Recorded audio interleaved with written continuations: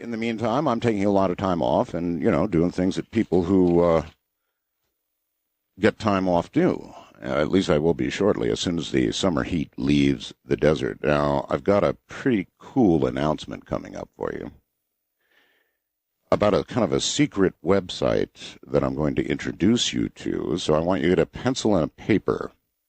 Get ready to write it down.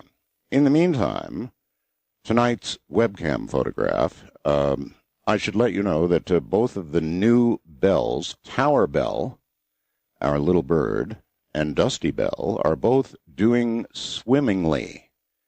Now, Tower is a little bird that fell out of a bird made a cage, a couple of birds made not a cage, but a nest up in my tower at about 80 feet, and this little run of a bird fell down and was in shock and would have died, so we rescued it and got a cage, and now the bird is growing up in a house with 4 cats, one of which is brand new, Dusty.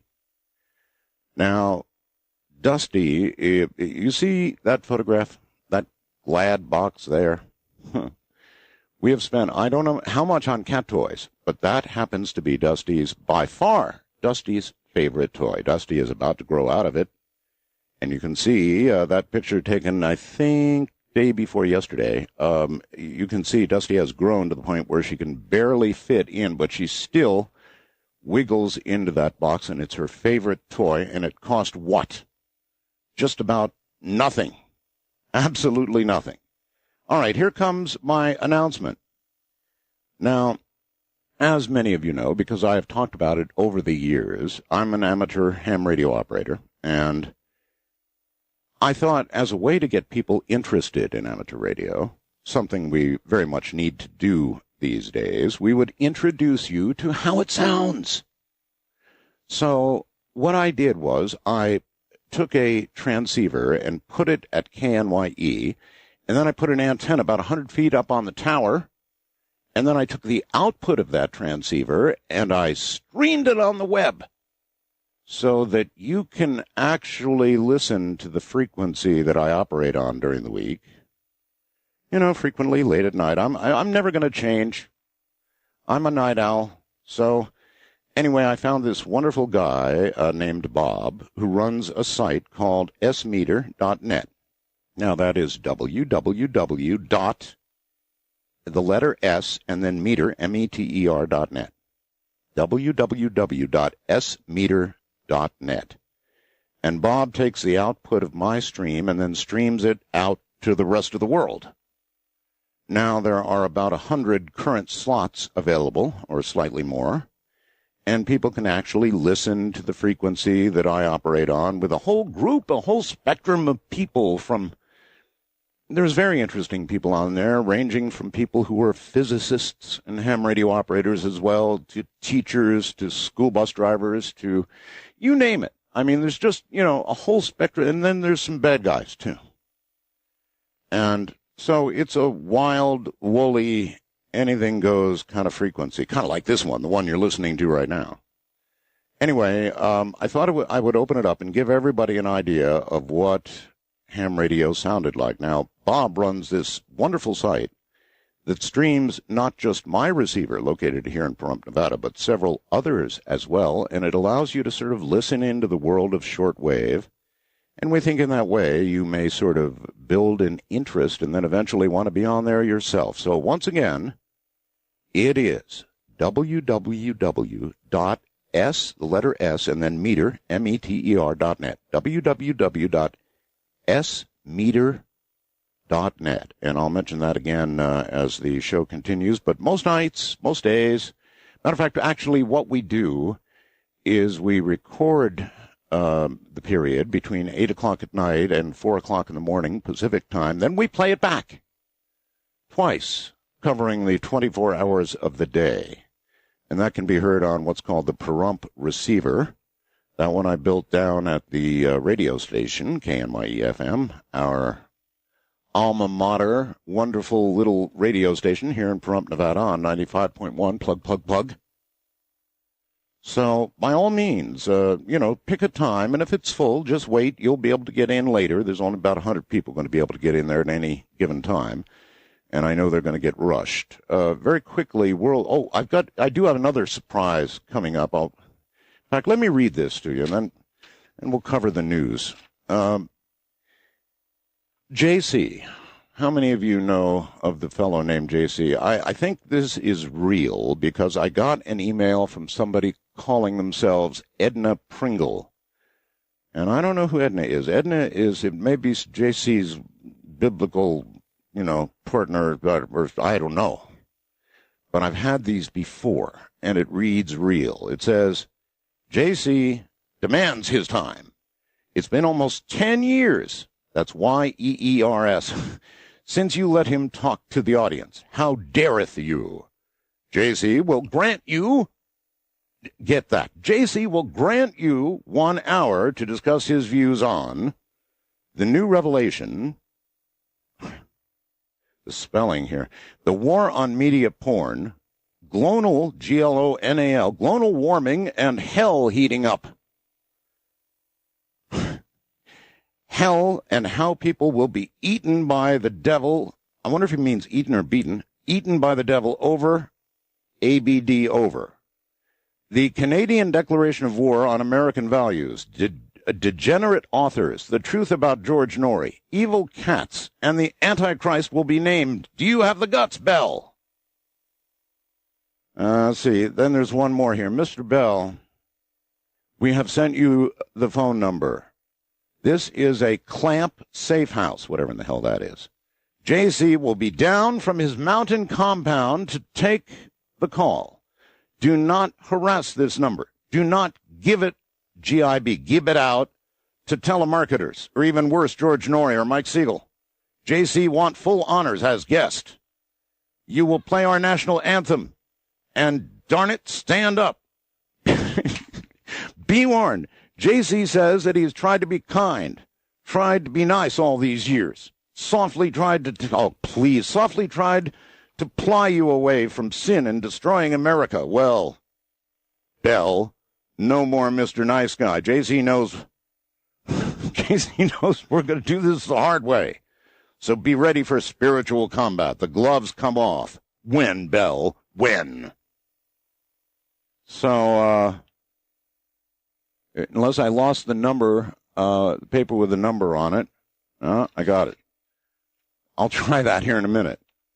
In the news, Sunnis warn against constitutional draft, Baghdad, Iraq, a day before the deadline for the new constitution. Sunni Arabs appealed Sunday to the U.S. and UN to prevent Shiites and Kurds from pushing through a draft a parliament without their consent, warning that if they do, it's only going to worsen the crisis in Iraq. Leaders of the Sunni, Arab, Shiite, and Kurdish factions planned final talks on Monday, according to the officials of all three of those groups. Said one, I'm not optimistic at all, so we'll see what happens there. Senator, actually, this is pretty interesting. A Republican senator that I very, very, very much, I frankly have loved to have seen him become president. McCain is warning that Iraq is starting to look an awful lot like Vietnam. And I guess we were all wondering when somebody of substance would stand up and say that. Also, he said that, well, actually, the senator took a trip up to Alaska and came back with the impression that it's melting. And he says, anyone doubting the effects of human activity on global climate change ought to talk to the people of Alaska and the Yukon, said McCain yesterday. Fresh from a trip to Barrow, America's northernmost city, the Arizona senator said anecdotes from Alaskans and residents of the Yukon Territory confirm scientific evidence of global warming. We are convinced, this is a quote, that the overwhelming scientific evidence indicates that climate change is taking place and human activities play a very large role. End quote. That is Senator McCain. In a moment, if this is real, if Edna Pringle's communique to me is real, JC is just around the corner. It probably has been 10 years since I granted JC the honor of, spending an hour or so with the audience. So it appears to be real. Guess who, J.C.?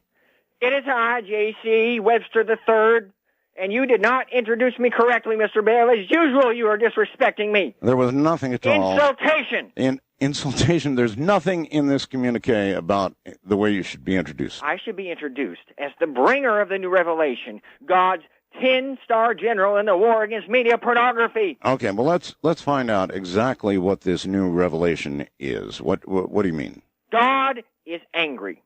That is the new revelation. He has been given to me to bring forth in the fight against media pornography, because you see what has happened to our country.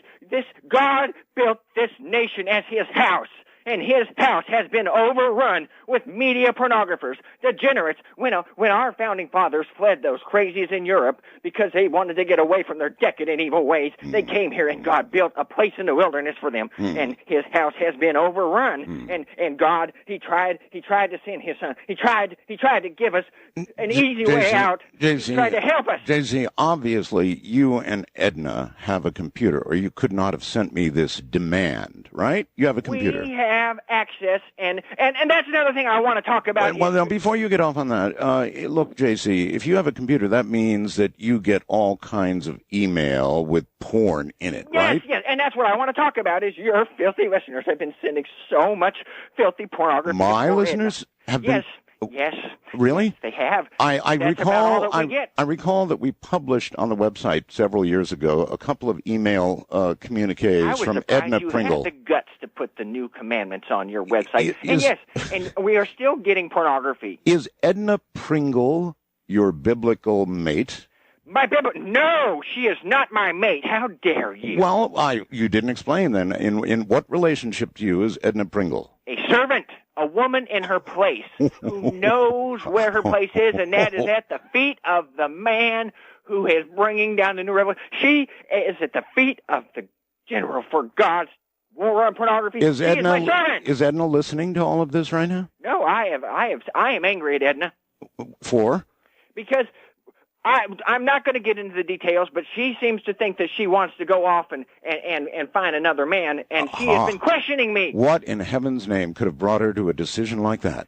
A warm, caring person like yourself. I know exactly who is doing it, and it's the devil. It's the devil. And about the pornography, and I don't want people sending pornography to her anymore because you're corrupting her. So we have a new, if your listeners want to send filth and talk to me, they can talk to my cousin. And we have a new email, and it's boilingpitsofsewage@yahoo.com. So you send your filth to the boilingpitsofsewage@yahoo.com, and I will send the new commandment to you. Boiling pits of sewage. Boiling pits of sewage at yahoo.com. Is that right. Is that a real address, or are you putting us on? I am not a liar. Don't you call me a liar, Mr. Well, Bell. I asked if you were putting us on. You call me a liar. Well, I'm sorry you take it that way. Boiling pits of sewage. Boiling pits of sewage. Because that is where all the media pornographers are going to go. They're going to be tossed into the boiling pits of sewage. And they're going to have a body of excrement. And they'll be covered in red-hot excrement for all eternity. Yes.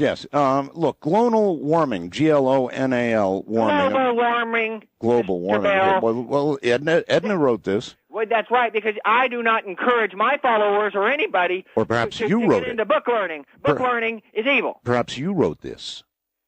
I tell her what to write. Yeah, it has the sound of JC to it. Listen, I will not touch a computer. Let me hear you spell global warming. I am not going to do what you tell me to do. This is not a spelling bee, Mr. Bell. This is spiritual combat. Global warming is a very important topic to me, so let's hear it. What exactly? Let me tell you, global warming, because hell, as you know, is in the center of Earth, and it is heating up. And this is what's happening, Mr. Bell, is the dirtier the souls are getting, the more corrupt that they're getting, the more they're being pornographized by the media pornographers. They burn hotter. They burn hotter in hell. You see, a good person who does one bad thing and goes to hell doesn't burn as hot as a degenerate that has been degeneratized by the media pornographers. So their souls are burning hotter and hotter in hell. I've got it. Degenerate souls burning hotter, causing global warming. That's global warming. Well, then spell it right. Less book learning, more book burning. More book burning. More book burning. You wouldn't would you burn books? I burn. We just had a book burning. We just had to burn the newest Harry Potter book because it's attacking and killing Christians. You burned a Harry Potter book? I didn't just burn them, Mr. Bell. I took holy sticks of dynamite and blew them up at the compound. Well, that means you had to buy them first, didn't you? Mr. Bell, yes. We confiscate them. And it's better that we buy them so that we keep them out of the hands of children who are going to be turned to the devil by Harry Potter. So you believe then that the particularly evil souls are burning at an ever hotter rate, causing some of the heat to irradiate around the world into the atmosphere, and that's why it's getting warmer.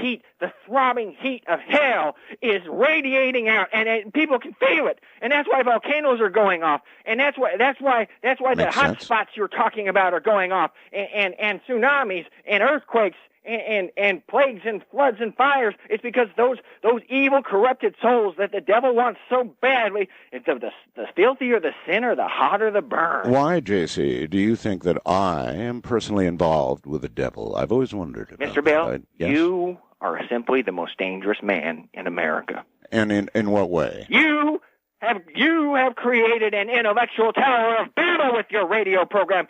I want you to take a listen to me. Do you know of a man named Stuart McBurney? No. Does that name ring a bell to you? It does not. Of course it wouldn't, because he was the voice of America and Americanism. For years, he held the line against the Soviet Union. He was the greatest radio man ever. And you are on sacred ground, which is talk radio. This is the realm of the conservatives. We have been using talk radio to take back America from the hippie, degenerate, no-goods that have corrupted and degenerated our society over time. Then you actually consider yourself to be a right-wing talk show host. I should have my own show, and I will have my own show, really? And that is in the works, Mr. Bell. I can well imagine it might be. Do you really think you could keep up this phony baloney act for that long? Excuse me? You dare accuse me? You are the one with baloney, Mr. Bell. Do you really think you could keep up this act like that? This is not an act, Mr. Bell. This is the anointing brought forth unto me from God. You really feel all of this comes to you directly from God and not the devil? There you go, revealing your true self. I am not being influenced by the devil, Mr. Bell. You were the one creating the intellectual Tower of Babel. Your voice, J.C., has a certain tone to it that we all wonder about. I want everyone out there in the audience right now to listen to this. This is the true voice of the man that you have been listening to for these years. He is the one trying to drag your soul down to Satan so that you will be thrown into the boiling pits of sewage, skinned alive, dipped in salt, and eaten and devoured over and over again. Dipped in salt? Dipped in salt, Mr. What does Bell. salt have to do with it? Because it burns. Oh, I see. That's after you get scratches in the pit of sewage. And after the devil sticks you with his pitchfork over and over and over again. And, well, you say here people are going to be eaten by, did you mean eaten or beaten by the devil? Eaten and beaten, both. The devil is going to eat your body up, and he's going to take it and eat it up, and then you're going to be excreted out. Give me that sound again, please. What sound? That eating sound. No, I'm not. I don't have to do what you say. Come on. Mr. Bell, you're trying to get me off my message. That's not hard, J.C. And my message, I am trying to save America from the utter destruction of the satanic Soviet Union. So the Soviet Union doesn't exist anymore, buddy. Yes, it does. No, That's it doesn't. a lie It that crumbled. you and your friends in the media love to perpetrate. The Soviet Union crumbled, J.C. You know that. I know you know it. That is a lie, Mr. Bell. It is a deception from the devil. The devil's deception. Everything bad is from the devil, isn't it, J.C.? Everything is from You know the what devil. I think you're consumed by the devil. I am not consumed by the devil, and I am insulted that you would even insinuate such things. You disrespect me continually. You know, a lot of people are curious, J.C., what part of the country are you from? Where do you originate from? I am not going to disclose my secret location. Just so God will reveal to those who are faithful to come calling to our new ground.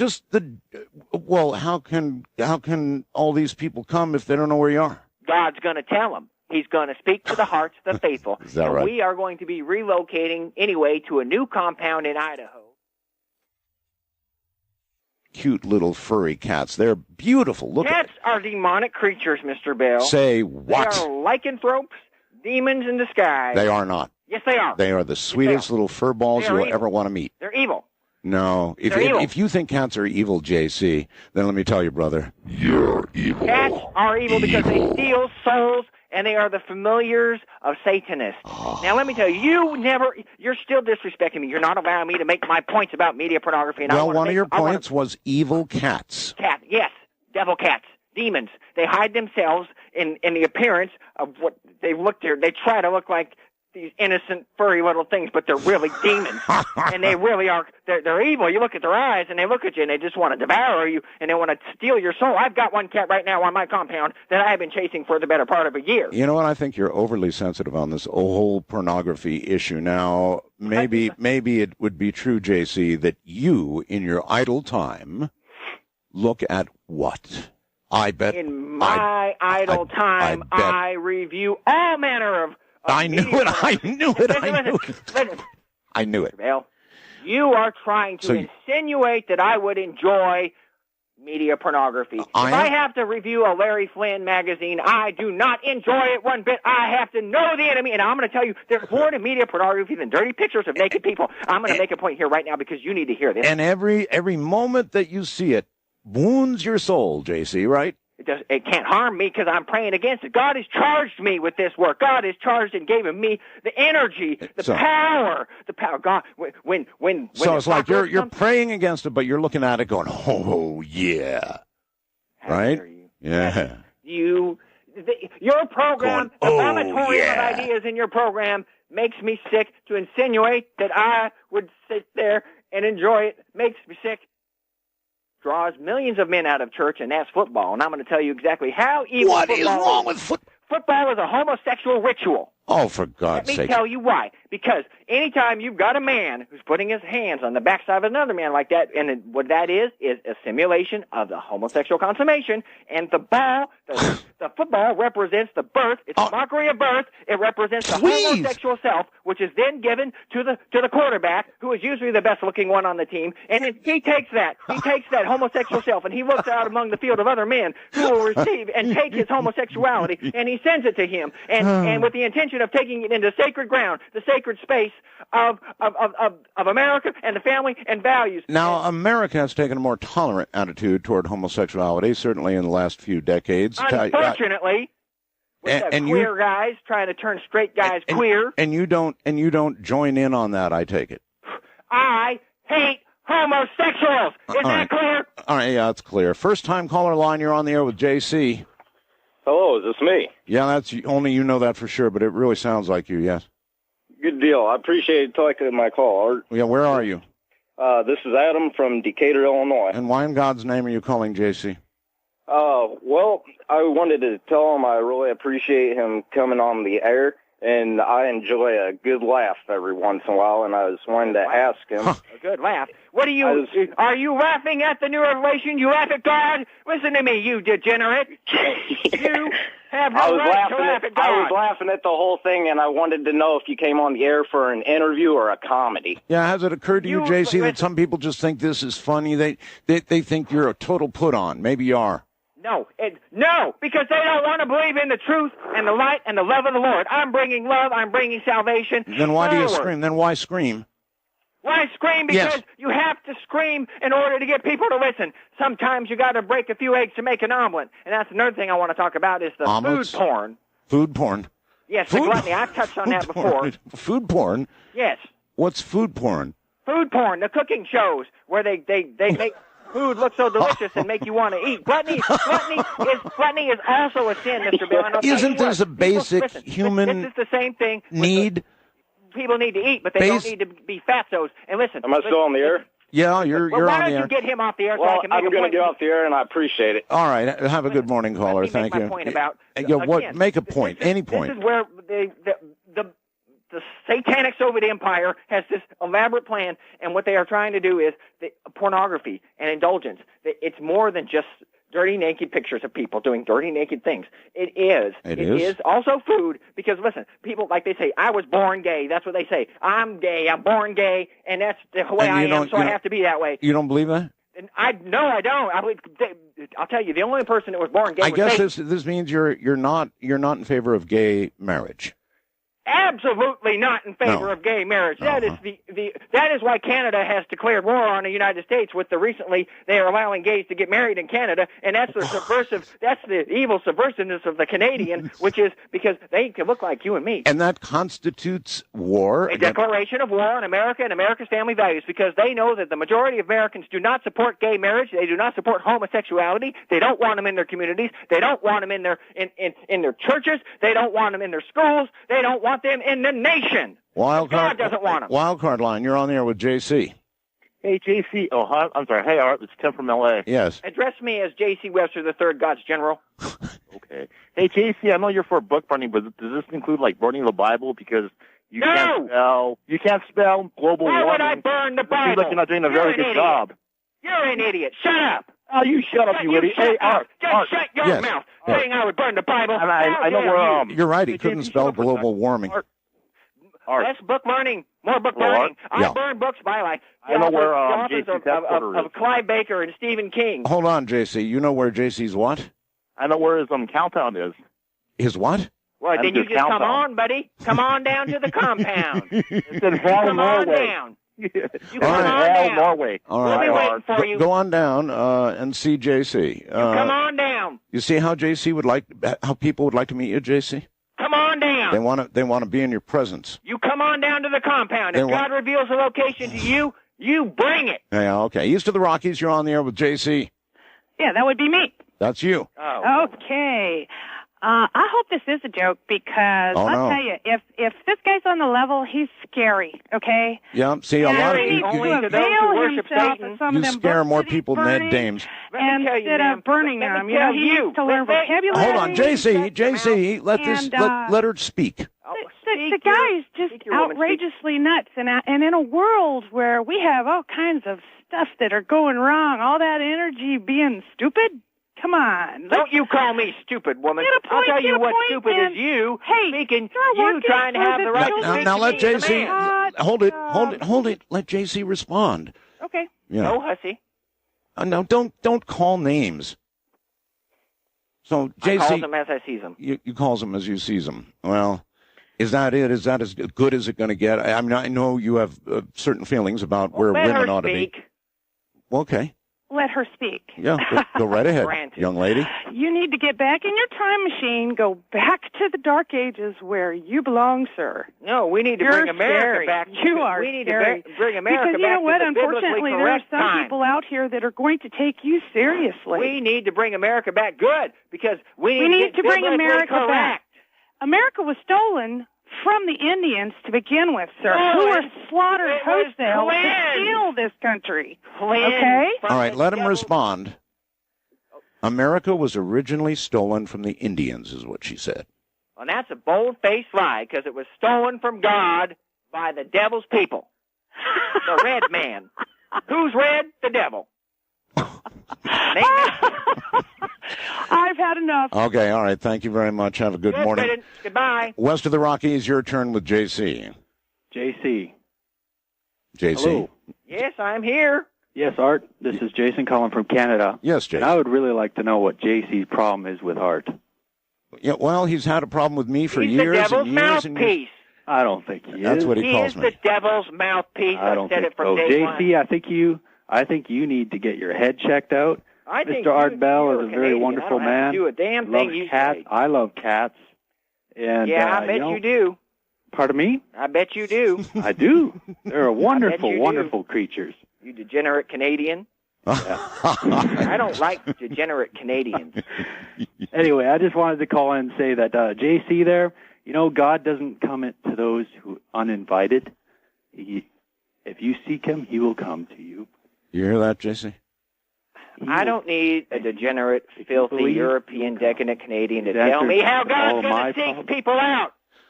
All right, well, you're not going anywhere further with that caller. Thank you very much. And I want people that agree with me. Why, JC, would you call me the devil's mouthpiece? You are the devil's mouthpiece, Bell. No. Listen to him. He's revealing his true voice. You've heard this sound many times, haven't you, late at night in your bed, The true voice of our JC? Bell, everybody. You better listen good. You've heard this sound before, JC. I have in heard your this bed, before. late at night. No, when you're in my bushes, that's why you're taking thrills more you. time off, is so you can know spend it more thrills Sundays you. out in the bushes. I don't have time to spend every other Sunday chasing you around. Yeah. International line, you're on the air with J.C. Good evening, Art. Good evening. Long-time listener, and boy, I hate to admit it, but even with J.C. here, I'm glad I called. I'm glad to have you. Okay, J.C., I got a question for you here. You ready? I was born ready. Okay. So you think cats are demonic?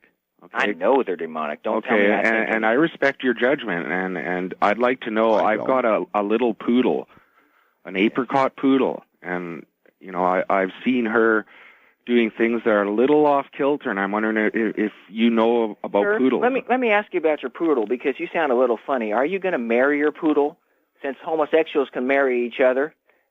Would you be interested in marrying your poodle? Because you sound like that kind of guy.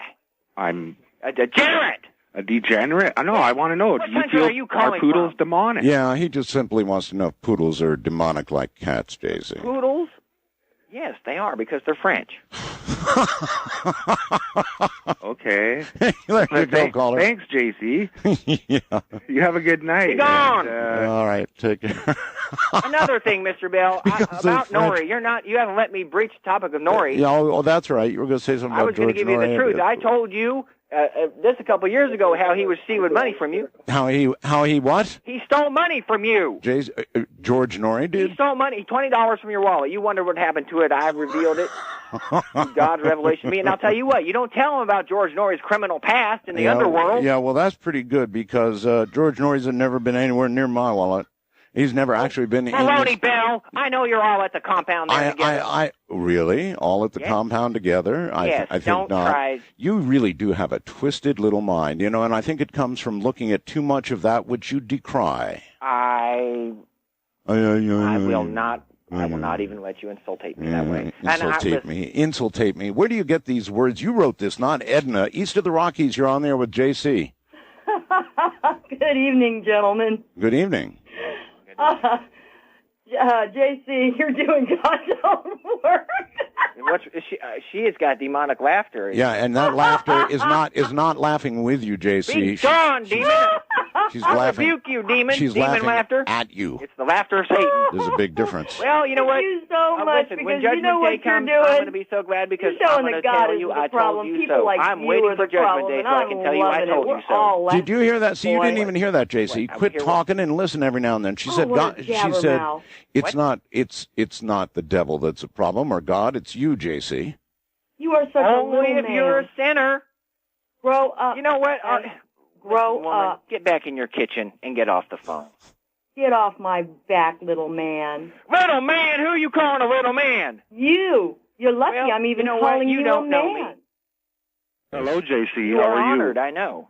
It's an honor for you. Hello. Well, you know what? Do you believe in Jesus? That is the stupidest question I have ever heard. Why of is that? course I believe in Jesus. Well, why are you... He wouldn't yell like you, though, see. Well, that was Jesus. This is the new revelation, and I'm doing work because you have rebuked Jesus. The caller, hold on, caller. He makes a good point. Jesus would be gentle and soft-spoken. Not when he comes back. Not when he comes back. He's going to be riding with the point of the sword of Jesus for the justice of Jesus. You know what? I think that, you know, in the Revelation it talks about that in the last day there'll be doctrines of devils, and you're one of them. Oh. And you know what? You're so full of crap, and you should not be yelling up on You have a foul mouth. Oh, you know what? You foul mouth, flea-bitten mongrel to tell me that. How dare you? How dare you? I know how to talk like you too. My family came from When you go to hell, Satan's going to pull your tongue out and smash it over and over and over and over and over again with a hammer. You really think he'll treat people that way? Satan? Yeah. I mean, this eating of them and then beating of them and eating of them. That's just the beginning of hell, Mr. Bell. He's going to poke him with his pitchfork over and over again. Doesn't it bother you, J.C., that I bring on the average person here, and you're getting the same thing again and again? I mean, there is this thing... Because you won't open the I agree with J.C. line, and you're keeping the people who agree with me off the air. Well, okay, let's open the I agree with J.C. line at 775-727-1222. Now, I bet it doesn't even ring. Oh, I bet it rings off the hook, Mr. Bell. You may even have 1,000 listeners. First-time caller line, you're on with J.C. Hello. Hi, Art. This is Nate from Massachusetts. Yes, Nate. Hi. I was wondering, I had a question for JC. I know he's a 10-star general. Yeah, well. Correct. That's correct. And what does it take to join the Army was my question. To join God's Army, You it mean takes JC's submitting your Army? will. Yeah, JC's Army. Lord JC's and the Army. new He wants revelation. to, all right, here's somebody asking about joining with you. Joining with me? Yes. Well, open your heart and pray to God, and if you're worthy, if you're sincere, God will reveal it to you on how to become a part of God's Army. There you have it, To caller. fight against the media pornographers and the satanic Soviet Union, which it still exists. Don't let them tell you otherwise. Who's the Antichrist? I have not come to the point where I'm going to reveal that yet because I have not been allowed to make my point. Yes, you've made your point repeatedly about internet porn and boiling pits of sewage and all the rest of the usual stuff you say. Now listen, Mr. Bell, I have not been allowed to make my point Make your clearly. damn point. My point is that we need to save this nation from Yes. degenerates. You like the people that have been calling you? Your listeners, My listeners. So they're all degenerates. they're all degenerates. Every single one of them. Dopers. And I was very proud of Mr. Punnett last night telling the alcoholics not to call your show anymore because most of your listeners are drunkards. Did he really say that? Yes, he did, and I'm proud of him. He might have hope yet, but you're brainwashing him. It sounds like you might be under the influence of something yourself, JC. What You is dare accuse me of being under substances? I don't have to take this kind of abuse. Well, that was JC hanging up. What a coward. What a total coward. That's all I can say. Well, there was JC. Actually, that's no way for him to end a conversation and to end this hour. I've got his number. Let's call him back.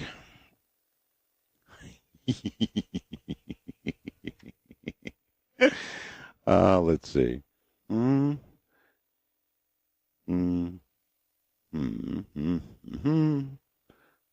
think this is right. Yeah, this is right. Here we go. Can't hang up on me like that. Oh, see, now he left it off the hook. All right, well, there you have it. That's as much as he was willing to take. And who among you, listening out there right now, cannot imagine that J.C. was indeed under the influence of something or another? He sounded rather hyper to me. How about you? He's always sounded hyper to me, and I think that probably he had at least, 10 cups of coffee, wouldn't you say? Something like that? Who worked at Martin Marietta Aerospace Division for about 10 years on weapons systems and computer-based automated test equipment. He wrote, get this, he wrote the nuclear EMP test software for the Pershing II missile system, worked on the Patriot, the Copperhead tank killer, and advanced attack helicopter systems.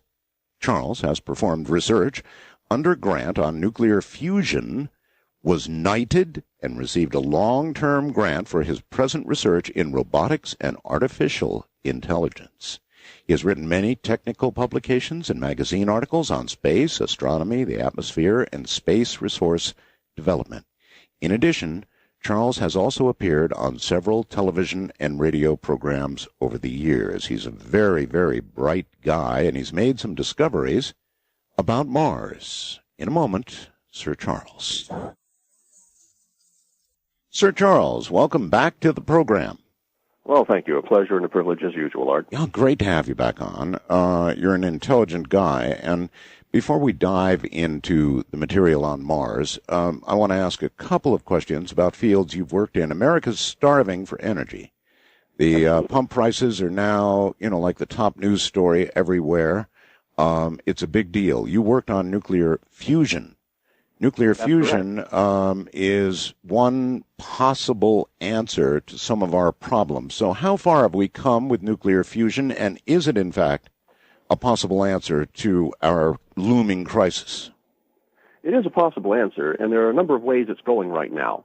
The research in high-temperature fusion, which is almost always done with magnetic fields to hold the plasma in place, has made some advances. Russia appears to be pursuing something called helium-3 fusion, which has the advantage of being very clean. It doesn't emit a lot of neutron radiation as opposed to typical hydrogen fusion. Are they able to contain it? Well, from what I understand, they're making some advances, but I think that's not quite as important as what it implies. You see, the biggest supply of helium-3 is on the moon. And that would mean that they would have to go to the moon to get their fuel.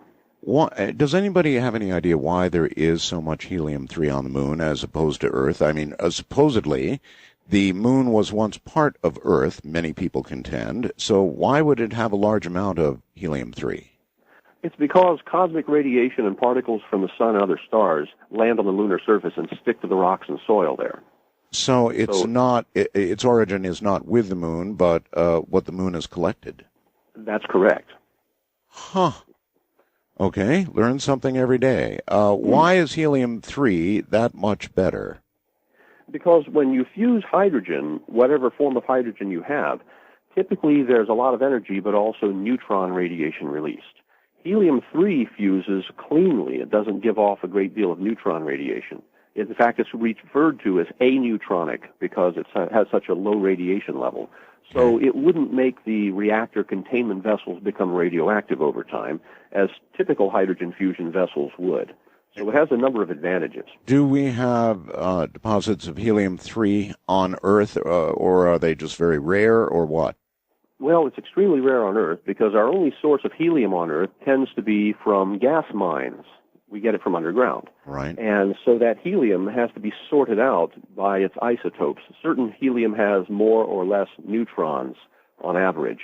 And the helium that we normally deal with has an atomic mass of 4. It has 2 neutrons and 2 protons in it. So helium-3 is a little odd because it's missing a neutron. And we have to literally sort out the individual atoms of helium-3 from the bulk of helium-4 that we collect from mines underground. Okay.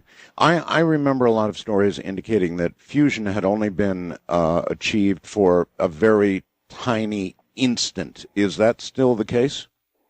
Actually, you know, the instants in which they have the fusion occurring are still pretty brief, but what they're doing to overcome that is they're going to be firing it very rapidly. So you will have it being done repetitively, and overall you'll get a large amount of energy on average. All right. Well, one big problem, of course, with nuclear reactors now is that it ends up with the kind of stuff that's about to be stored in my backyard.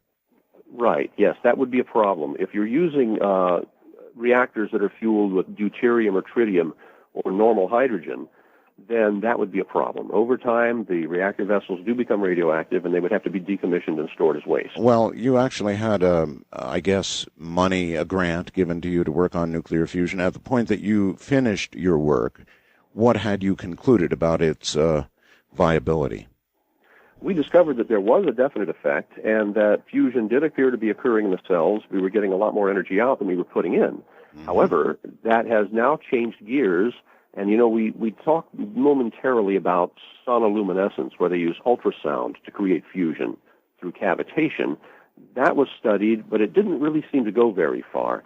Recently, a new advance in cold fusion is they're using something called a crystal, a thermoelectric crystal, and it creates extremely intense voltage fields that can confine the protons and make them fuse. Really? So that looks like it's going to be a very viable method of doing it, and so far, the signature that they were looking for, the production of neutron radiation, is present, which proves the process is working. Well, Sir Charles, we're approaching I think, an absolute economic meltdown or some sort of crisis as a result of energy. I mean, everybody can see it around them now. It's no longer any sort of secret. So something like this or something else is going to have to come along to save our butts. I mean, it really is, or we're just in big trouble. Well, yes. You know, it's interesting because one of the things we've often discussed is orbital solar power. And it turns out that Mitsubishi Corporation is promoting a scheme to place a microwave satellite in orbit, powered by sunlight, to beam the microwaves down into city areas and to use the beam to power cell phones and laptops and PDAs. Really? Oh, really? What an intriguing idea. So, in other words, the energy could be spread out on Earth instead of tightly beamed to power devices, handheld devices, that sort of thing? That's right. What about the environmental impact of doing such a thing? Well, of course, they've looked at the same problems that we've investigated, such as how it will interact with the atmosphere and other things on the ground. Right. And they've concluded that they can easily get it to pass through the atmosphere and have almost no effect on the environment, and that only a tuned receiver will pick up any significant amount of the power. And effects on the biological organisms walking around us? Well, the energy levels are so minute, it appears it's not going to have any effect. And, that brings in another point. I remember that just after the last show I did, you had a call from the author of Sunstroke, David Kagan. That's right. Yes, and he said that he was elated that somebody was actually pursuing the idea. Absolutely correct, yes. David Kagan, he's kind of a friend of mine, and he wrote Sunstroke, and you know the premise of that book, right? That a satellite is put up to beam down energy, and that, of course, obviously, science fiction, something goes wrong.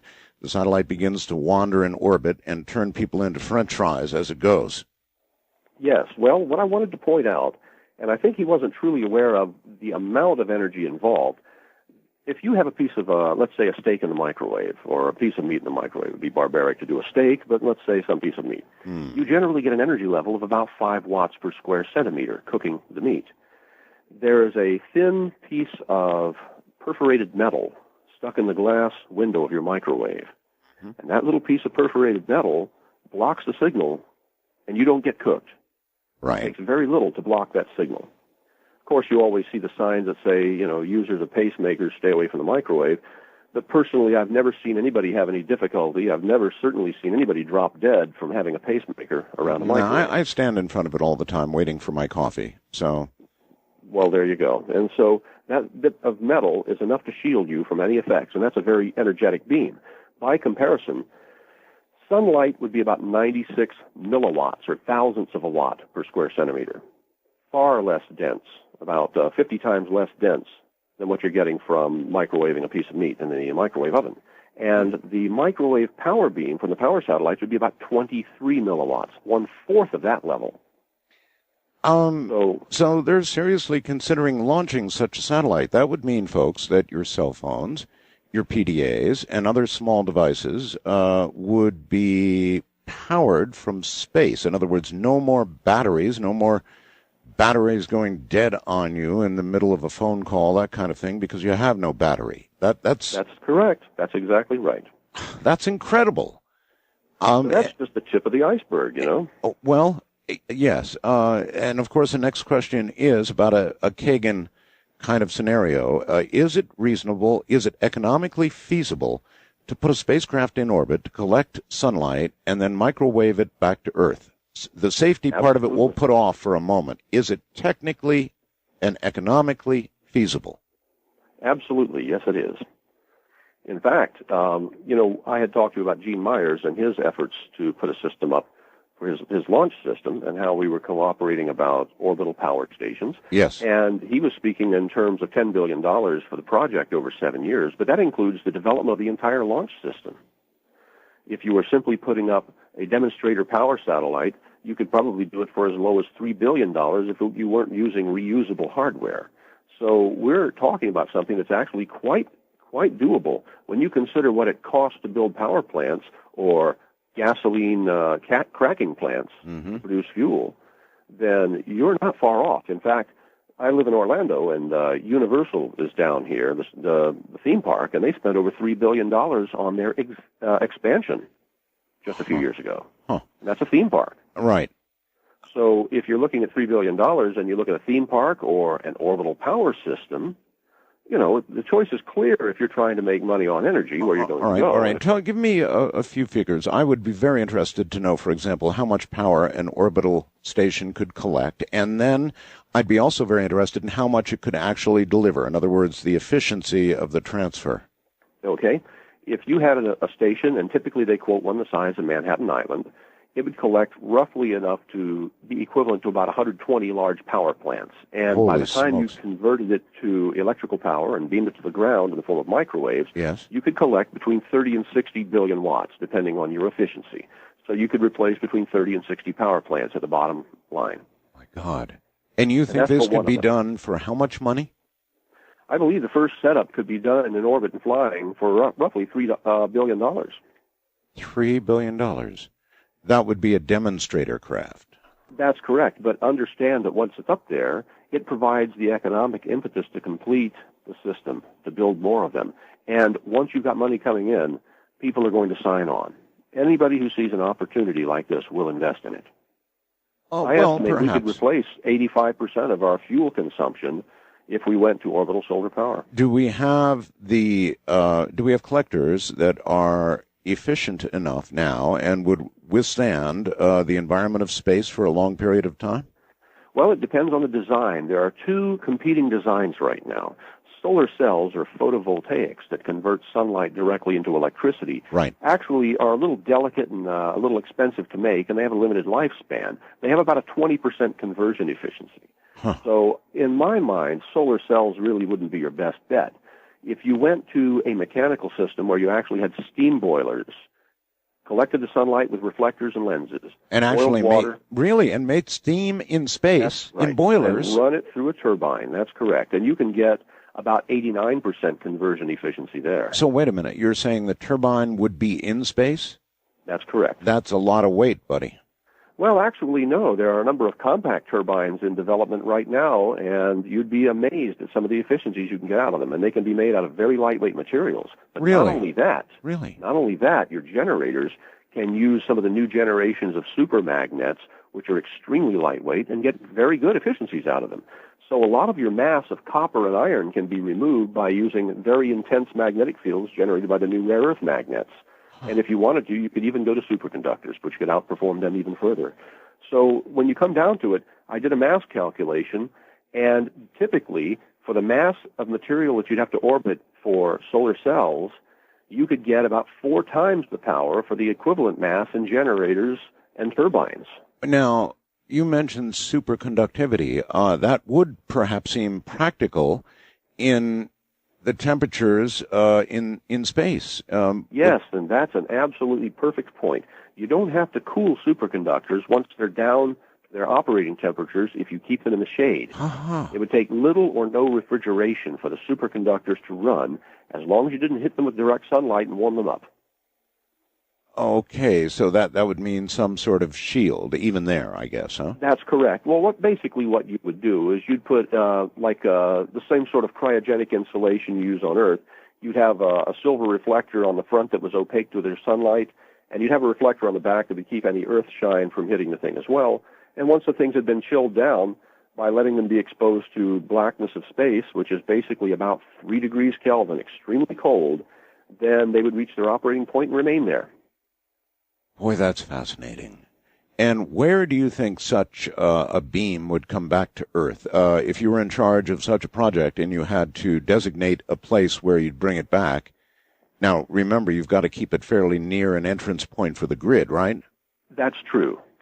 You know, I would actually recommend that it be done in some of the outlying areas around cities where people place things such as landfills. Think about your landfill having the receiving antenna spread out for square miles around, and nobody wants to live near the landfill anyway. Right. What an ideal environment. I suppose. And other possibilities would be wouldn't it turn the landfill into JC's steaming pit of sewage?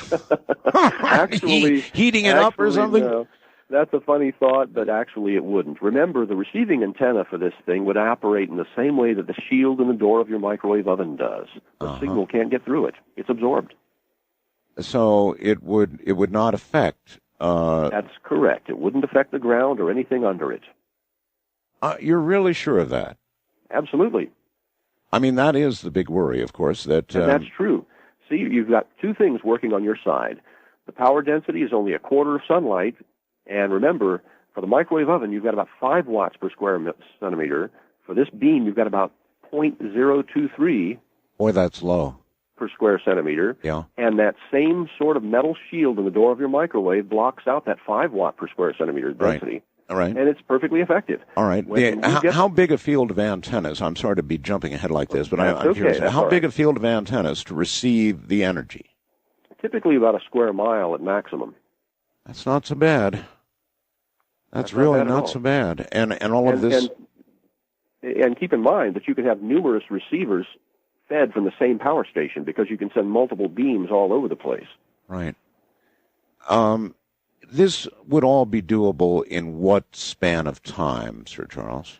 7 years or less. As soon as you get somebody to support you economically in a project like this, you're off and running. If it is, as you say, economically and technically feasible, the obvious question is, then why isn't somebody doing it now?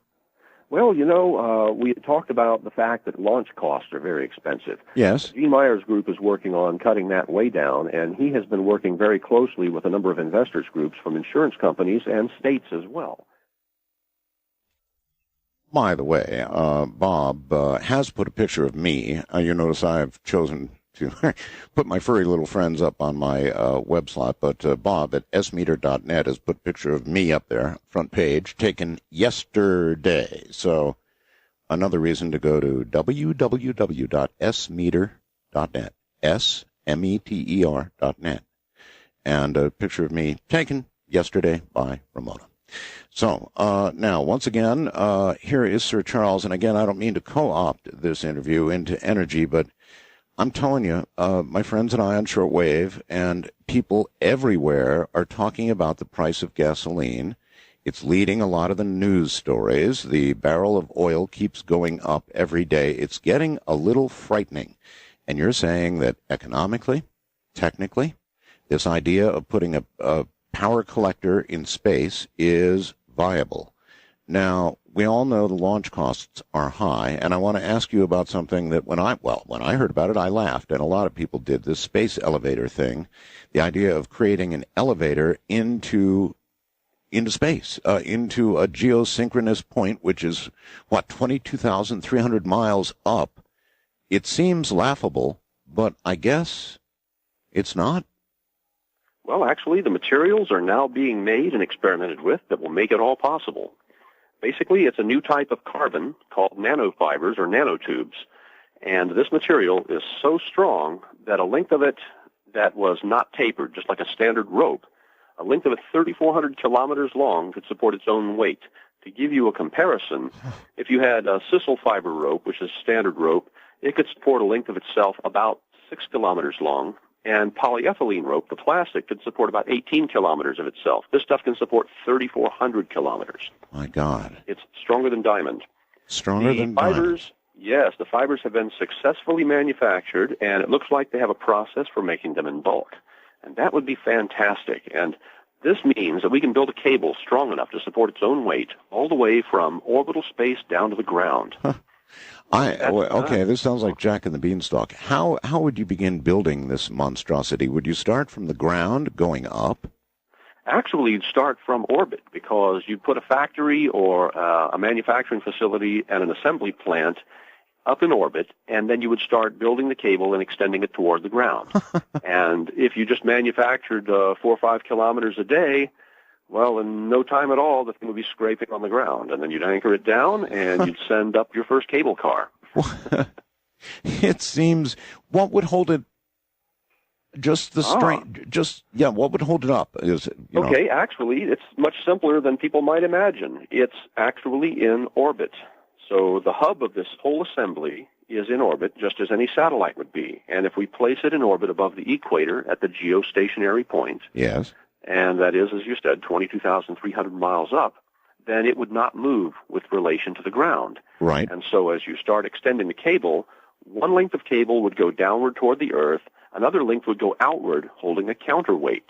And so, between the two, the tensions would remain equal, and it would not move. Okay, a counterweight in space. But in space, things don't have weight as we understand it. So you're just talking mass? That's correct, just the mass. And as the system is designed now, they might not even need that, because there will be enough mass in the taper of the cable. You see, the cable, if it were uniform in strength and uniform in size, would reach a point where you couldn't have any more length or it would snap. So in order to fix that, at the top, you make it broader so that it has the ability to support more of itself. So one day we would just look up and we'd see this little dark strand of something headed toward Earth. Well, I suppose we wouldn't, because it would have to be at the equator, right? Well, you'd be able to see it from a long way off. I bet you would. But you probably would see it as being a light color unless something was changed in the technology. They plan on coating it with a thin layer of metal so that oxygen erosion will not eat the cable. And they're talking about the ability to lift 20 tons at a time. And atmospheric troubles like hurricanes and things like that would, I mean, I'm trying to think this through, where there might be a hole in this idea. Well, consider that this cable, like a guitar string, would have a resonant frequency. But its resonant frequency would be about 7.2 hours. So no matter how hard... I'm sorry, say it again. 7.2 what? Hours. Hours? Yes, if you plucked it like a string, the vibrations would take over 7 hours to work it back and forth once. Oh, I see. Wow. So because of its resonant frequency, we shouldn't have any problem with hurricanes or storms. Huh. They would just whiz by it, and it simply wouldn't be affected. That's correct. Can you give me an idea of how actually, for example, by the time it got to Earth, how big would this cable, as you call it, be? It would be about 1 meter wide and flat like a sheet of paper. Really? That's correct. And that way you can grab it with a pair of rollers and run up and down it, and you have a lot more surface tension or surface area to contact it, so you can't slip. That's incredible. So you'd be able to virtually ride this thing right up out of the Earth's atmosphere slowly with no friction, not having to achieve... Well, wouldn't there be... I'm a dummy in this area, and I know that rockets have to, get tremendous power and tremendous speed to get away from Earth. Okay, I see where you're going with that. Actually, if you're not orbiting the Earth in a rocket, if you were to stand stationary over the Earth, you'd find that you'd still fall toward the ground, but the force of gravity gets weaker as you leave the surface. Right. So as you go up the cable, you don't have to worry about orbital motion because you're suspended on a solid object. I've got that, but something still has to power this thing, right? No, that's correct. You'd beam power up to it either through microwaves or laser beams. Huh. And I wonder what kind of journey we're talking about here. If you were to get into an elevator attached to this thing at the bottom and start up, how long would it take you to get there? Well, if you went to the geostationary point where the main station would be, it would take about 8 hours. 8 hours? Quite a while. That's quite more unreal than an airline flight, Well, unreal in a lot of ways. It would, so... If something like that existed, I suppose then that the solar station you talk about and resupply and all the rest of it, working on it, would all be a piece of cake. That's right, because once you had the first skyhook or space elevator in place, you'd use it as the facility to build 2 or 3 more, and then you'd have some that ride up with cargo and some that come down with cargo, and you'd have a continuous flow of passengers and hardware. And this would cut your launch costs from... Let's see, the recent estimate was $20,000 per kilogram, down to eventually about $10 per kilogram. Is this idea, for example, reasonable? Are they actually approaching the viability of these materials in that kind of mass? Well, it looks like they are. They have discovered a manner of getting the nanofibers to assemble themselves. And it turns out as simple as dragging a Post-it note over the material as it was grown on a substrate, and the fibers self-assemble. Wow. But the other thing is, and this is a technological spin-off, the first batch of the material they produced appears to be transparent. And it looks like they may be able to turn it into a new type of display. There are talks about the same material being used to make flat televisions or displays that can be rolled up or folded. Really? Yes. So we've really come a very long way in a very short time. I had no idea some of this could actually be just about viable. All right. I thank you for all of that. I mean, these are questions I really wanted answered. Mars. Now, I know for some reason, with your background, you suddenly took a gigantic interest in Mars. Why?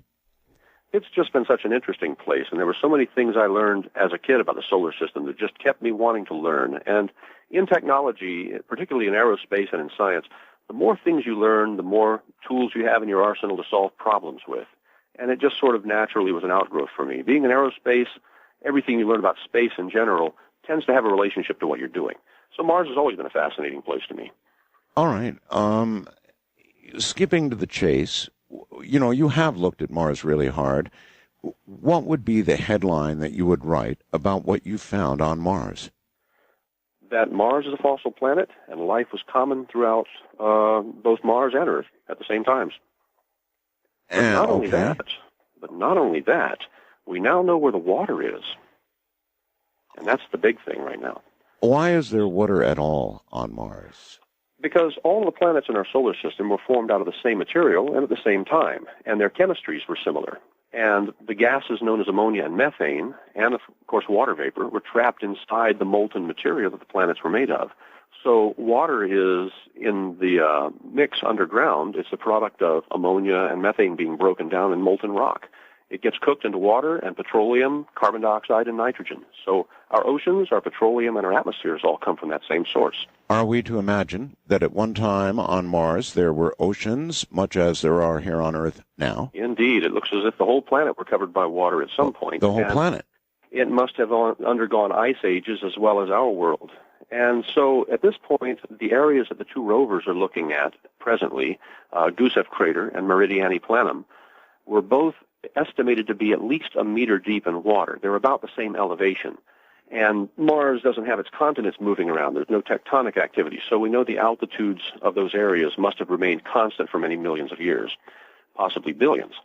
So the sedimentary rocks, and they have admitted there are sedimentary rocks, were formed by water.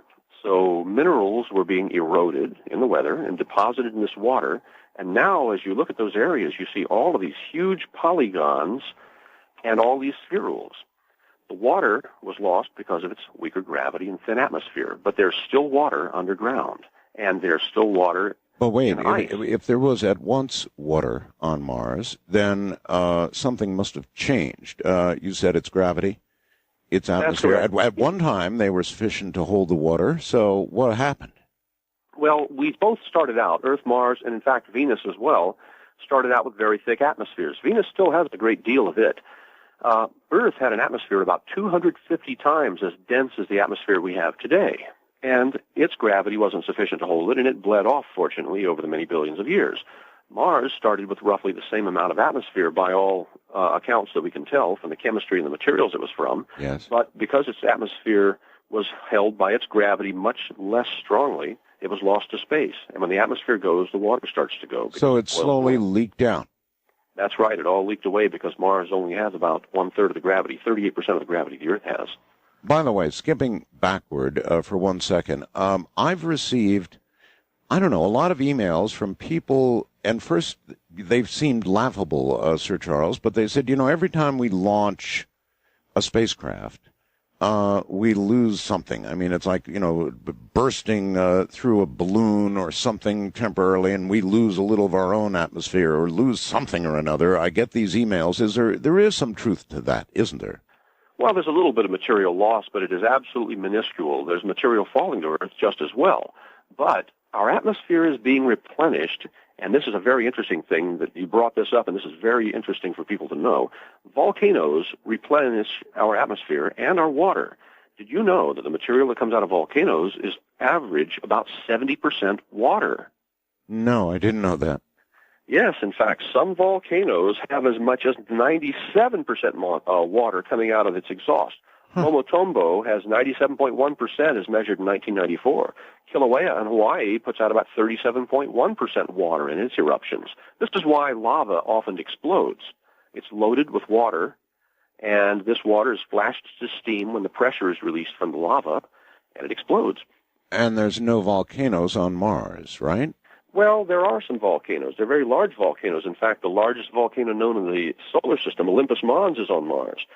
Unfortunately, it appears that there's very little or no volcanic activity on Mars at this time because the planet lost a lot of its heat. The Earth has a very large core and a lot of material in it stays hot because of radioactive meltdown. Mars's core is smaller and therefore has less of this material in it to keep it hot, and it's apparently just about worn out. So is it fair to say Mars is a dead planet? Not entirely. You see, recently they discovered what appears to be a frozen sea on the equator of Mars, big glaciers of ice. And they say that it was formed roughly 5 million years ago in what appears to have been a volcanic episode. Okay. Why should we be interested in Mars, Sir Charles? Is it? That is an excellent question. Well, it is. Very good answer. Okay. Okay. Let me tell you a story about an ice cap. For 40 years, this northern ice cap has been melting. It's melting away, and there's no question about it. Over 10,000 measurements have been made with CCD instruments like cameras. But this ice cap is not melting because of SUVs or exhaust or oil companies or industry. Uh-huh. And the reason they know that is because it is Mars' north polar cap that is melting.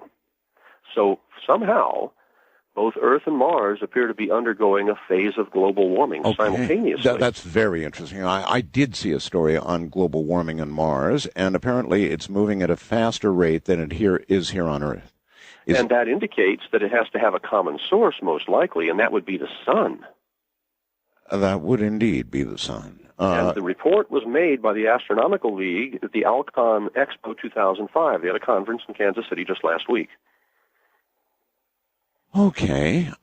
Maybe you'd like to... I mean, clearly, I've felt for some time that our climate is in the midst of a very quick change by our standards. I mean, human beings, I think, are not supposed to see changes in the climate. They occur over millions of years, and yet a lot of people are beginning to notice a real change in climate. Do you believe there's justification in that? Well, yes. You know, we haven't kept good records over the last 2,000 or 4,000 years, so it would be difficult for us to say with great precision just how much change there was. But think about the case of Greenland. Or Alaska.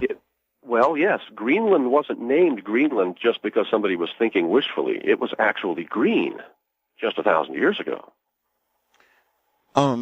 Senator McCain just came back, I guess, from Alaska, and he virtually said the place is melting. And those Alaskans I've talked to verify that the tundra is turning to mush. And it doesn't surprise me. Parts of the state. It looks like very much that these sorts of changes might be natural, and there's very little that we can do about it directly. You believe that? Okay. Our North Pole, our South Pole, when you see 10-year photographs of them, it's frightening. The North Pole is, perhaps two-thirds or less what it was 10 years ago or 40 years ago. I don't know. It's fast. Well, that's true. We don't have anything to compare it to typically, but yes, it appears to be happening in just a matter of decades. Our Navy... And it may be in part what we're doing, but it appears that there's also a link to Mars itself. A link to Mars. And that link is what, the sun? The sun itself, yes. It drives all of our weather. In fact, it drives the weather throughout our solar system. Then, like gas prices, do you think it's just going to keep getting hotter and hotter and hotter? Well, no, I don't. And I think that what's going to happen is it's going to have to bottom out at some point and then reverse. The gas or the sun? The gas or the sun or both? Well, the sun typically. Gas, we're going to have to do something about. We have to take some action on that. Once again, Sir Charles Schultz III with a small prediction. Sir Charles? Well, certainly. You know, I've been looking at the situation with petroleum and China and India, this whole energy picture. Mm-hmm. And it turns out that China and India, between them, have invested or promised to invest over the next 30 years a total of $150 billion in the development of new petroleum resources. And that's from drilling into the ground, processing, pumping, running to the sea, and shipping it home.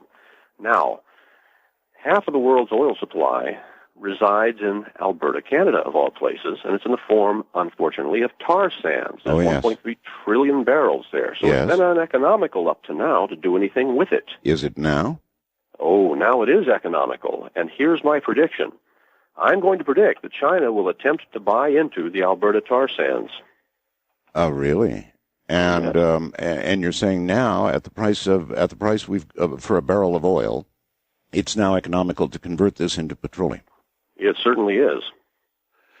So that's a small prediction, but I think it's going to have a big impact. Well, I knew as the price went up, all of a sudden, all sorts of things that were not particularly interesting, a dollar or two ago for gas now are. And will continue to be as it goes up. I don't know where the break point is, but one of these wonderful things has got to come along before the American economy just, grinds to a halt. Well, I think a lot of people don't realize that the price of gasoline or the price of oil affects everything in the economy because you have to pay for shipping to get things places, and that takes diesel fuel. Yes. Energy to manufacture things. So the price to extract this and then turn it into something usable is now suddenly worth doing. It's in reach. It's in reach now. It's in reach. And it will happen. You think the Canadians will go along with this? It's going to depend on where they feel morally they should accept the money from. If they just want the money, then a business deal is a business deal. I've heard rumors, Sir Charles, that the environment in China right now, maybe you can confirm this, is much like it was during the 70s oil shortage in the U.S., and that was a pretty severe climate. Is it that bad in China now? From what I understand, yes, it is, and there are desperate needs of sources of energy because they are a huge economic growth point at this time in history. They're at their biggest burst of growth they've ever had. And also look at this from another standpoint. It looks like the Chinese are going to have somebody on the moon in just a very few years. Perhaps this is the sort of thing we need to get our government to get moving on space travel. Why do you think the Chinese want to get to the moon? Well, I think they understand the value of space in terms of energy and resources. And I believe, helium-3? if I'm not mistaken, they're going to want to develop it. Well, helium-3, or what? Why else go to the moon? Possibly helium-3, but think about all the minerals that nobody claims. They're right on the surface for anyone who wishes to mine them. But it also could be a national prestige issue as well. If you develop the technology to get a spaceship to the moon with people in it safely and return them to Earth, you also have developed a lot of other technologies that other countries will not sell you. I guess it is not proven to the American people nor the lawmakers that allocate the money for this sort of thing because we don't seem inclined to go back to the moon, do we? At this point, there's only been talk about it. I haven't seen any really decent commitment to it. Yeah, exactly. Yeah. We seem to do a lot of planning and generate tons of paper, but get very little done sometimes. Well, if there was really a good reason other than to beat the other guy to get to the moon, it seems to me we'd be going. Well, and it always is going to depend on if we start building power stations, the moon would be the best place for the materials because it would be things we wouldn't have to launch from Earth. It's economically feasible right now to make most of the power station in the form of mirrors and generators and heat exchangers from lunar materials than to ship it up from the planet. Well, let's talk about NASA a little bit, shall we? I'd be quite interested, I think, in your perspective now on NASA. I know that you began as something of an innocent with NASA, certainly with some of the discoveries that you've made on Mars, and I'm sure that you've had some discussions and interaction with NASA, and I wonder how you feel about NASA now as an agency. That's a prickly question. Yes, I ask those. Well, that's fine. That's what I'm here for. And when I look at it, I realize that most of the people who work with NASA are just like anybody else. They're just in there doing their job to the best of their abilities. But clearly, whoever's in charge of the flow of information really doesn't want to share. They tend to be very tight-lipped about things, and it's things that you don't imagine would have any direct influence. I don't understand why anybody would be unhappy about revealing the fact that there are fossils on Mars. And I know you've seen them, and many other people have seen them, and I talk to people in NASA in the Jet Propulsion Lab quite often, and every one of them has given me at least some confirmation that my findings are correct, and some have said, yes, what you found is exactly right. Oh, incidentally, I think that we have some examples of some of your recent finds on the website, don't we? That's correct. And in fact, if you have a look at it, there's a little sea biscuit. It's similar to a sand dollar, but thicker, and it has a perfect little starfish pattern on the top of it, and that was found by opportunity on Sol 507. And you came to mind when I spotted that one, and so I've named it because, as you know, if you discover a new species or organism, the discoverer has the right of naming it. And so I'm naming it Aria fabrica campana, and the reason for that is Fabrica campana is as close as I can get in Latin to Art Bell. Oh, God, really? So there's an organism being named after you. And that's an organism. I'm honored. Is that me in the middle of that rock up there? It's got that little starfish pattern. I knew that you would recognize it right away. But I thought that'd be something interesting. A little stick me. Okay. Well, all right. So you have concluded basically that there was, or is, but was, at least was, life on Mars. That's correct. And in discussing this with NASA, you feel something of a reluctance to publicly jump on board that ship. Is that correct? Well, that's correct. Not one placed official that could make any official statements for NASA has come forward and said, yes, there were fossils on Mars or there was life on Mars. Mm-hmm. So, at this point, we have just an overwhelming amount of data, and it doesn't take a great deal of searching to find things like that organism I just mentioned that's got a 5-pointed star on it. And as anyone who knows anything about minerals or crystals or erosion and biology would tell you, a 5-pointed star that is regular like that doesn't form in nature unless it's formed by biological means. And why do you think NASA doesn't want this endorsed? I'm not certain if it really would be in keeping with what they want to do. Some people have expressed to me that if it was discovered that there was life on Mars, yes, that they would lose funding for the presently planned exploratory mission. Why? Because then people would say, well, you've answered that question. There's no reason to spend $500 million on this satellite that you're going to send there because we know the answer now. But I don't really see it that way. Economics and politics make very strange decisions about what we should and shouldn't do, and I think this is right there. And the other one is the religious standpoint. Many people who are strongly religious have a problem with accepting life anywhere other than on Earth. Bingo. Now I think you've hit it. That may very well be the case. So you think NASA, in deference to the world's religions, might not be wanting to confirm that there is life somewhere other than Earth, period. And that may very well be the case, yes. And to me, that's the only thing that I can think of that even comes near a rational explanation. I was asked if I was interested in attending a conference in October by the Logos Institute, and at that conference, it was going to be in Bellingham, Washington, they were going to discuss different viewpoints about life in the universe and the religious take on it in particular. And so I was asked if I was interested in participating, and I said, yes, I'd love to, And the fellow that I spoke with has actually been a guest on your show before, Dr. Michael Heiser. Oh, yes. And so, I accepted immediately. And then later I found out just a couple of days back that the organizer, Rob Haskell, had not put me on the roster. He dropped me from the lineup. Oh? Well, that's unusual because I would think that I would be uniquely suited to speak about life on Mars. One would certainly think so, yes. I mean, you've produced actual solid evidence that there certainly was life on Mars. I certainly see it that way. Now, there are others with other theories. Richard C. Hoagland is one of them.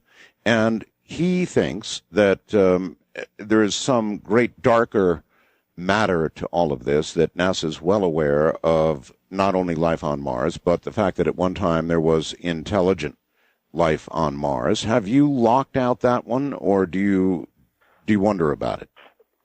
I don't believe that intelligence arose on Mars, and this is a point that I try to make very clear. The life that existed on Mars seemed to be pretty primitive sea life, nothing truly advanced. If there was ever intelligent life on Mars, it would have had to have come from some other world, not from Mars itself.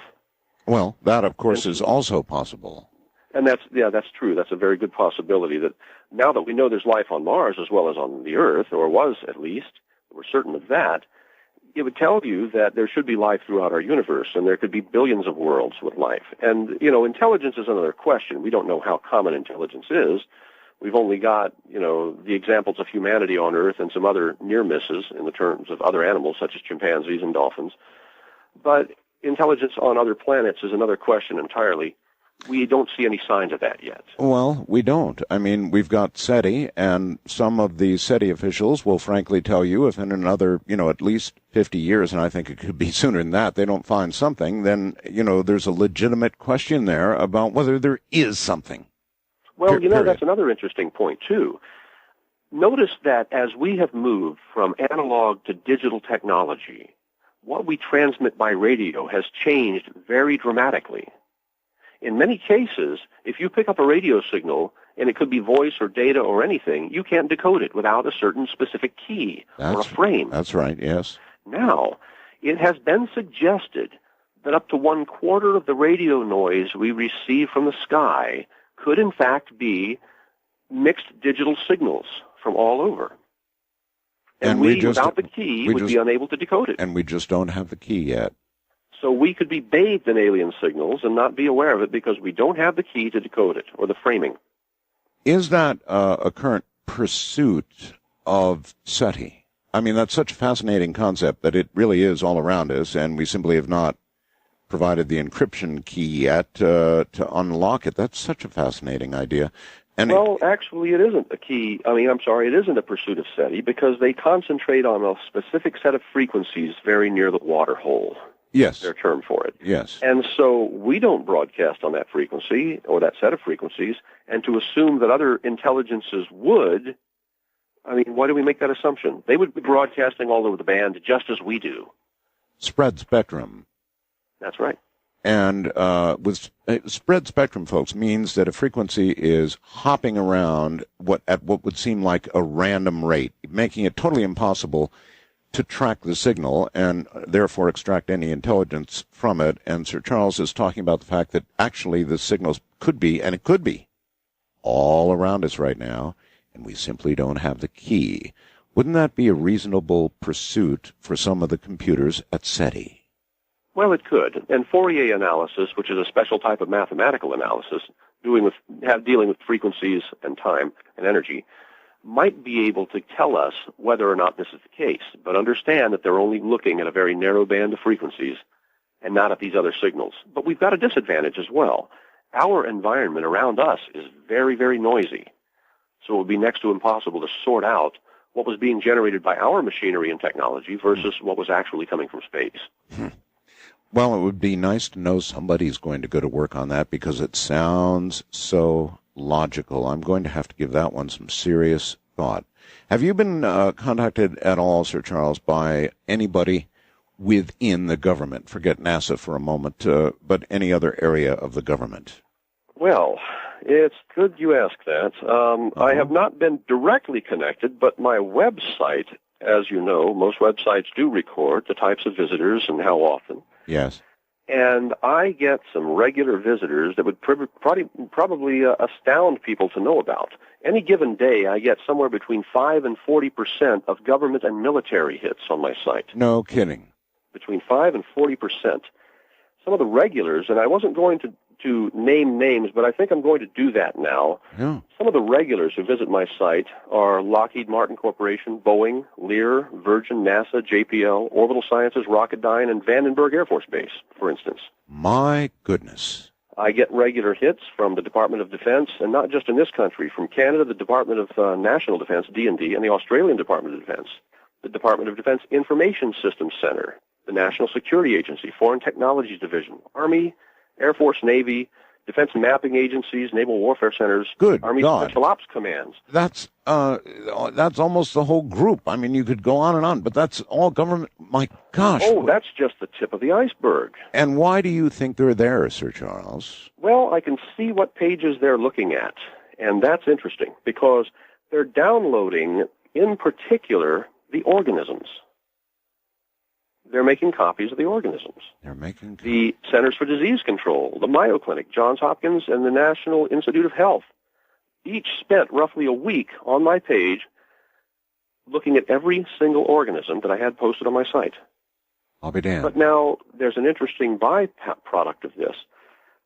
We had some hits from Berkeley, after which Dr. Seth Shostak, the chief administrator of SETI, published an article warning of the dangers of a Mars sample return. The Mars sample return mission has been pushed back to 2011. The obvious point being that organisms might still be there, and do we really wish to bring them back to planet Earth? And then there's also an interesting reverse of that, Sir Charles. I've heard that a number of the probes, the early probes that we sent to Mars, we didn't spend a great deal of decontamination time on them, and in fact, we might have contaminated Mars. And that's a very good possibility. It could have happened. How true is that the early spacecraft weren't all that spiffy in terms of having been boiled and whatever? Well, whenever you try to sterilize an organism, you also subject the hardware to the same sort of conditions that can destroy electronics and sensors. And so they have to be very careful about how they go about the sterilization business. Early spacecraft typically weren't sterilized very well. And it wasn't just a budgetary matter, but it was also a rather, Earth-centric belief that there really wasn't life anywhere and there was no risk. So we've got a lot of dirty hardware floating around out there. And presumably then, organisms generated by technicians' hands and all the rest of it could now be racing around Mars. And that's a good possibility. If any of them find themselves at home in briny, wet soil, they would love it there. So if we bring back a sample from Mars, unless that gets scrubbed as perhaps a bad idea, we might find ourselves. And that's possible, but there would be an easy way to know if that were true. How so? Our genetic code is probably very different from a Martian genetic code or an alien genetic code. And so if we spot something that has a known sequence of genes, then we're going to know it was an earthly organism. It's like a fingerprint. I see. Would Mars support the spread of an organism that came from Earth? Well, it could. It really depends on the type of organism. They've discovered a number of soil bacteria that could probably thrive, and we know that there are many bacteria called extreme halophiles. I'm so curious, Sir Charles. What do you think all these agencies really want? I mean, they're working, these agencies have, the same NASA photographs available to them. Presumably they know all this stuff already. Why? I think that it's in the presentation of the data. The fact is, a lot of the stuff is very difficult for people to spot without looking through masses of data. And on my site, well, we spent a great deal of time finding the most obvious fossils and presenting them and the information about them in a very concise manner, and you can find everything right there. If you go to the NASA site, all the information's there, but you can't find it. Think about an encyclopedia and the index required for it. It's the same way. Of course, there's probably no way for you to know the level of the people that are coming in, but of course we have a lot of government workers, and a lot of them do work for different agencies. You don't have any way of knowing how high up the food chain it's been going, do you? No, I don't, but we had a number of interesting hits just a couple of days ago from the Justice Department, and they were looking it over. State Department as well. Really? Yes, and it's interesting because the State Department has been looking at whether technology transfer would be involved in, let's say, the orbital power concepts. And different parts of the government are probably looking at some of this information and some of the other things that I'm doing, and it's all public knowledge. And I don't know exactly what they're putting together, but obviously everything they need they can find right there. I mean, the fossils are there, the information on what I'm working on is there. And I hope they find everything they want. And I hope even more clearly, and I'm telling them, call me. I'll tell you anything you want to know. A little chuckle in your voice. All right. And the water issue, I didn't want to sidestep that. Yes. I wanted to tell you just how important that is. We've been told for years that Mars is dry. And on the links that I gave you for the site, there is a picture of a crater that they found on Mars, and it's about 70 degrees north latitude, near the North Pole. Yes. And it has apparently 2 cubic miles of water ice inside it. That's a lot. That's just in one crater. That's enough to give every man, woman, and child on Earth over 300 gallons of water. And now, obviously, water is important for fuel. Water is important for sustenance. If we were to send people to Mars, the water would sustain them, correct? That's correct, yes. The water could then separate to hydrogen, make fuel. And oxygen to breathe. And oxygen to breathe, yes. And all of that it could be done now. I mean, of course, we're not going to Mars. We're barely going back to the moon. I'm not so sure about that. That's true, but I think what is most important is what it implies. You see, if there's water present in those quantities now, then obviously there should still be something alive. The planet was never dry. But the interesting thing is, there appears to be some form of precipitation now, and that's backed up by pictures of the rover's tracks. Precipitation? So, yes, and it may be spray from a geyser, and it may be actual a fog of water droplets. The rovers leave tracks, and we're told that the erosion on Mars is very slow. I think it was Dr. Stephen Squires, the principal investigator for the Mir project, who said, we found some craters 4 to 6 inches in diameter, and they could be up to 100 million years old. Well, these little potholes are on the sides of sand dunes, and when you consider there are dust storms and sandstorms and dust devils, it doesn't seem even possibly or remotely possible that a pothole 4 inches across could last 100 million years. But now we know that it's impossible. When the rover Opportunity was stuck in that dune for a while, it left its tracks behind it, and then they backed out over the tracks later. Right. They turned the cameras and the microscopic imager on those tracks. Now, instead of being clean and sharp and pristine as they were eroded, and they were eroded into the pattern identical to that raindrops make in sand.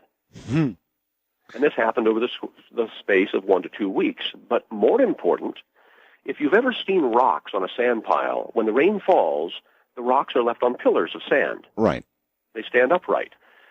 I have the microscopic image that shows the spherules standing on the sand in the track that was absolutely flat and ridged by the rover's wheels. Are you trying to suggest it rains on Mars?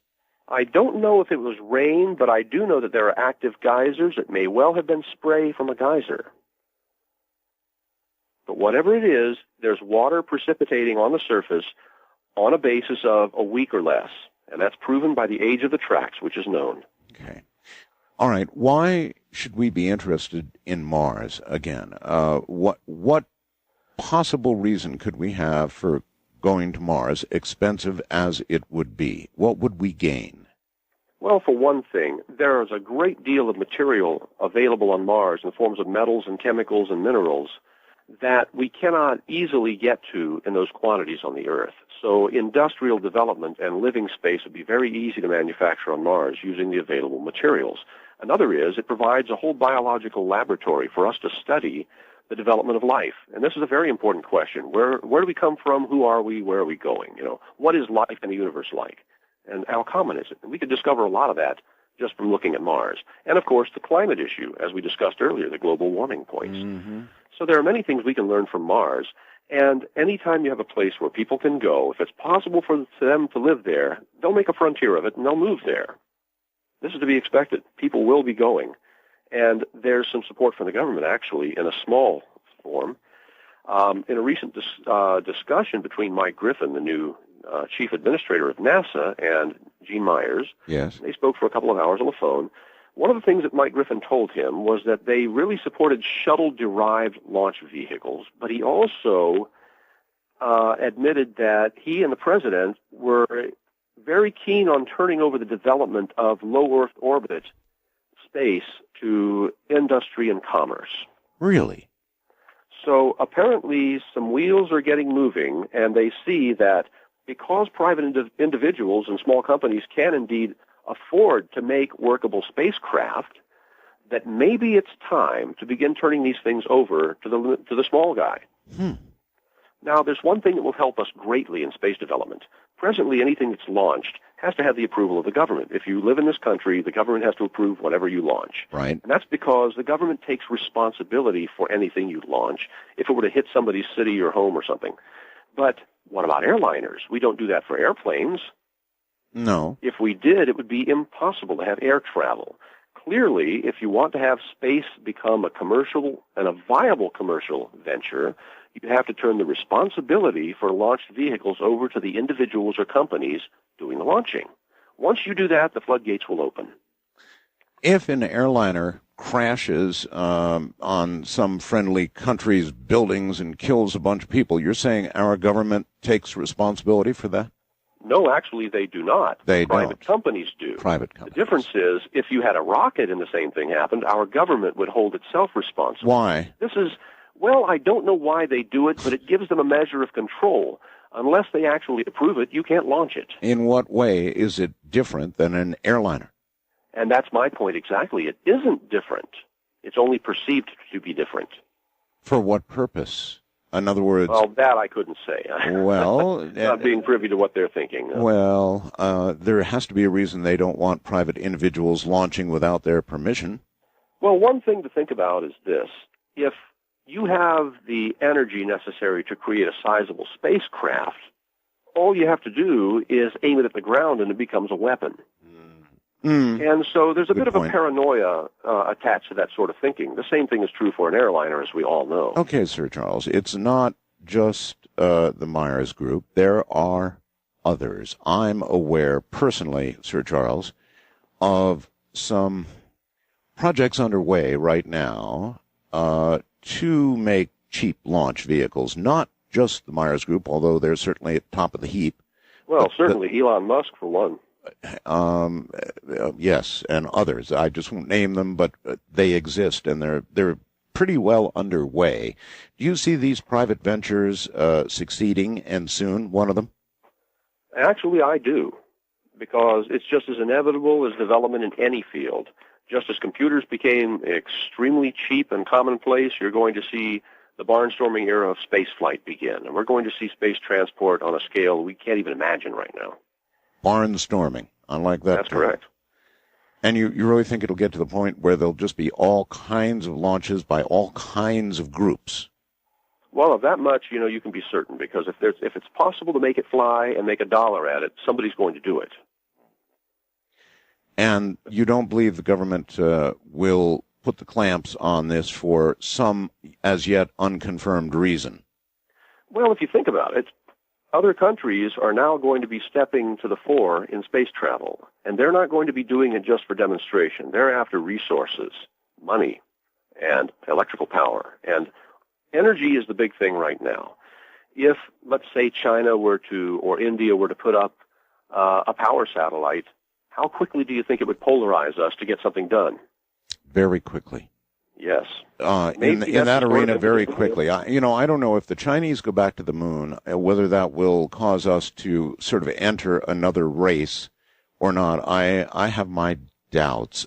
Even if they were to go to Mars, but if they were to do as you just suggested, oh yes, I think we'd be embarrassed, kind of the way when the Russians put up the first Sputnik and it beeped its way around the world. Yes, indeed. So, are they working on it, Sir Charles? Well, I don't know if they're directly working on orbital power in China, but they do know the concept exists. It has been touted as a solution instead of using hydrocarbon fuels and coal. I know that Condoleezza Rice and her secretary have been to China, India, and Japan and other nations in an effort to try and sell them on other technologies besides the petroleum industry or the coal industry. Mm-hmm. And so far, there have been no takers. And, you've heard the huge amount of money that China and India are going to be investing in petroleum. $150 billion is a lot of money. It is indeed. One other area, we're going to go to, the phone lines here in the last hour, but I want to ask you about, you and I have talked before about artificial intelligence and about robots and about robots even going to war, for example, in Iraq. Oh, yes. Where are we with all of that? Well, as you'll know, when we spoke last, this was in January, we had talked about the fact that we're sending some robotic fighters to Iraq. And I mentioned unmanned autonomous vehicles, particularly aircraft. Mm-hmm. The cover story of the July Popular Science was exactly that. I know of at least 6 unmanned autonomous vehicles that are under development or actual testing that will be used very shortly in warfare. For instance, they have one called the DP-5X, and it's an 11-foot-long helicopter, and it is unmanned, and it has about a 5.5-hour endurance in flight. Does it carry... It fits in the back of a Humvee. And it carries weapons? It's mostly sensors and recon hardware right now, and it can also be used as a communications relay, like a satellite. You hover it over a point, and you use it to relay your communications around. I don't see why it couldn't carry weapons. They have another one called Long Gun. It's about a 12-foot long craft, and it's an automated missile. This one you'll like. It has about 30 hours of flight time. You send it out after targets, and it locates the targets using infrared and other parts of the spectrum, and it decides on whether it's a target it should hit. Mm-hmm. If it finds a target, it will hit it automatically. You're saying if it doesn't, it makes these decisions on targeting that's right. on its own. But here's the interesting part. If it doesn't find a target, yes, it can be ordered to return to base. It can be refueled and flown again. My goodness. And that's just two of a number. One of them. And are we using these now? Some small of the vehicles, some of the smaller models are in test right now. As to whether they're in the field or not, I know that there are some autonomous vehicles in the field, but I don't know how effective they are at this point. Uh-huh. But they even have one in development that'll fit in a backpack, and it's like a hover platform, so that the soldiers can carry it out, throw the thing out in the field, and take off with a video camera or whatever. Fits in their backpack. Are we headed toward a world where machines will do our warfare? We certainly are, yes. We're to the point now where we've got hardware in development that could very easily, if not automatically perform warfare functions. We could simply operate a lot of it by remote control. So, yes, we are headed for automated warfare. There are, maybe there ought not be ethical questions about this, but there are ethical questions about it. Whether it's ethical to use just machines to kill your enemy. And I don't think I have any compunction about that. I mean, war is hell and war is bad and war is killing. And if you don't have to have your own people die while at the task, I can't find fault with it. Can you? I'd have to agree with you. If it means that we can save at least some lives and it gives us an edge in combat, then I'd have to agree with it, yes. Do you understand the ethical objections some have? Well, actually, I do. Some people feel that somehow it's worse being killed by a robot than a bomb. Yeah, or that it's some sort of cowardly warfare. I don't know. Yes. I don't know if you have an objection to fighting and you're forced to fight and you do it because you must. Are you a coward if you try not to fight? If you try to cover yourself or defend yourself in a better manner? I don't know. We've come a long way from the days where the British stood in very nice, neat lines and marched toward the enemy. And they learned a lesson there, very valuable. And they did indeed. So anyway, the world of robotics is beginning to come true, right? In fact, it is, and we're going to see more and more of it around us every day. Battlefield is the first. Do you imagine that right now, Sir Charles, we have orbiting weapons? We've touched on this subject before. Mm. I can see a few systems that could be considered a weapon. I cannot specifically say if we do have weapons in orbit. I know of some systems that could easily be considered weapons. Let's try another approach. Do you think that any country in the world has orbiting weapons? Well, I suspect that some do. And we have to face the inevitability of warfare in space. If we start space travel and we start using weapons in space because of something, it doesn't matter what it is, we run some serious risks. And we know there's going to be fighting. It always happens. Wherever there's human beings, you will have warfare. Sure. But if we use those weapons in space, we run into some real problems. For instance, debris. On the ground, when you explode a bomb or hit a target, the debris ends up on the ground or in the atmosphere. If you do that in space, the debris ends up in orbit. And the problem is you can contaminate a pristine environment. So a spacecraft or a satellite being hit by some of this debris can be destroyed. A paint flake moving at orbital velocities can carry the energy of a hand grenade. So by exploding something or destroying something, we could be creating projectiles that would destroy our own spacecraft. That's correct. Do you remember the super gun that Saddam Hussein was working on years ago? I certainly do.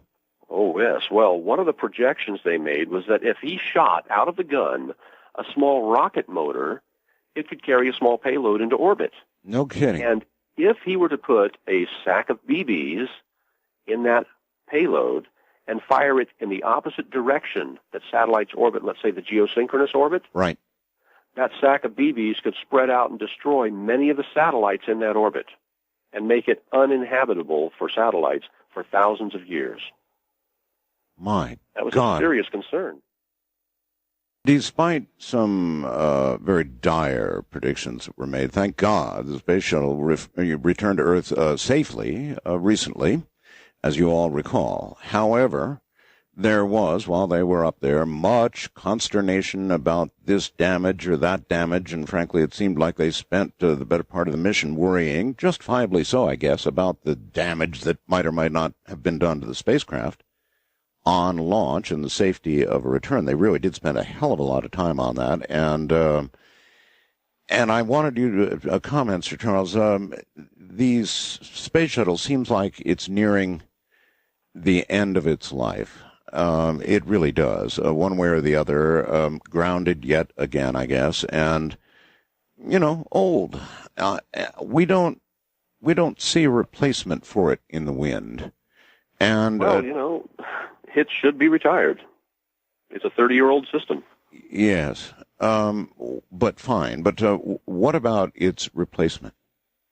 Well, as you know, the Space Island Group has a design for a vehicle that would replace the shuttle easily, and most of the components will be directly from the shuttle manufacturing facilities with minor modifications. But at the same time, I'm sorry to interrupt. You're suggesting it's not going to be the government that provides the replacement, or NASA. Well, if we're lucky, it will be an outside group and not the government, because typically when you get a situation where you have private industry in competition, they'll make it a lot cheaper. I mean, imagine if your family car was made by the government instead of Ford Motor Company or Chevy or whoever. Is there time, Sir Charles? I mean, we've got the International Space Station under construction. We can't afford to just, hand the shuttle a golden parachute and say goodbye. Well, there is time, because many systems have already been designed, and even NASA on their own website has a number of vehicles that are derivatives of the shuttle, and their new administrator, Mike Griffin, states he's strongly in support of shuttle-derived vehicles. And the reason for that is those components are knowns. They're manufactured now. There are lines that can be turned on in an instant to start manufacturing them. And they've been tested, so we know that they're reliable. But we need to change the heat shielding, the foam on the tanks. A couple of issues can be resolved that will end any debate about the safety of the system. And if you're sending things up that never come back to Earth, you don't need to worry about the heat shielding on it. Are you not a fan of man in space? Are you more a fan of machine in space? Oh, no, I strongly support a manned space effort. But the thing about it is, when you send something as large as a shuttle up, you should be committed to keeping something that big in orbit. The expenditure of getting that much hardware up there is the largest cost of the mission. Mm-hmm. If you need to bring things back, it should be human beings in a return capsule or a glider and the results of their experiments. If you had an opportunity other than for the thrill of it, would you feel safe flying in a shuttle? 5 years ago, I would have said, where's my toothbrush? Today, I don't think I would do it. Really? So it is time, then, in your opinion, to retire the shuttle, even if it means a delay in the space station. I don't think we're going to see a completion of the space station. And at this point, really, looking at the results of the research done in the station, I really don't see that we're getting our money's worth out of it. There are a lot of experiments you can't do on the space station. In fact, there are many experiments that cannot be done on a manned station at all, because human beings and the machines to keep them alive produce a lot of vibrations, and it's a dirty environment. All right, I want to take some calls, and they certainly are here. First-time caller line, you're on the air with Sir Charles Schultz. Hi. Hi, this is Sharon in L.A. Hello, Sharon. Hi.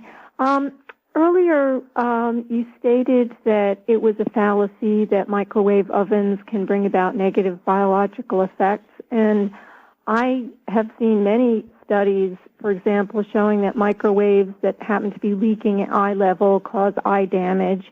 And they had quite a lot of opportunity to study this in people who worked in fast food places, and they could see where they were standing. And you also stated that the microwave technology that would be beaming down the equivalent of a quarter of what's produced in a microwave oven, would not produce any negative biological effects. And I would be interested in what references there are to support that statement. All right. Okay. Actually, what I stated was that I'd never seen anybody with a pacemaker die in exposure to a microwave oven. It's true that a leaky oven can have negative biological effects. We know that. It can harm you.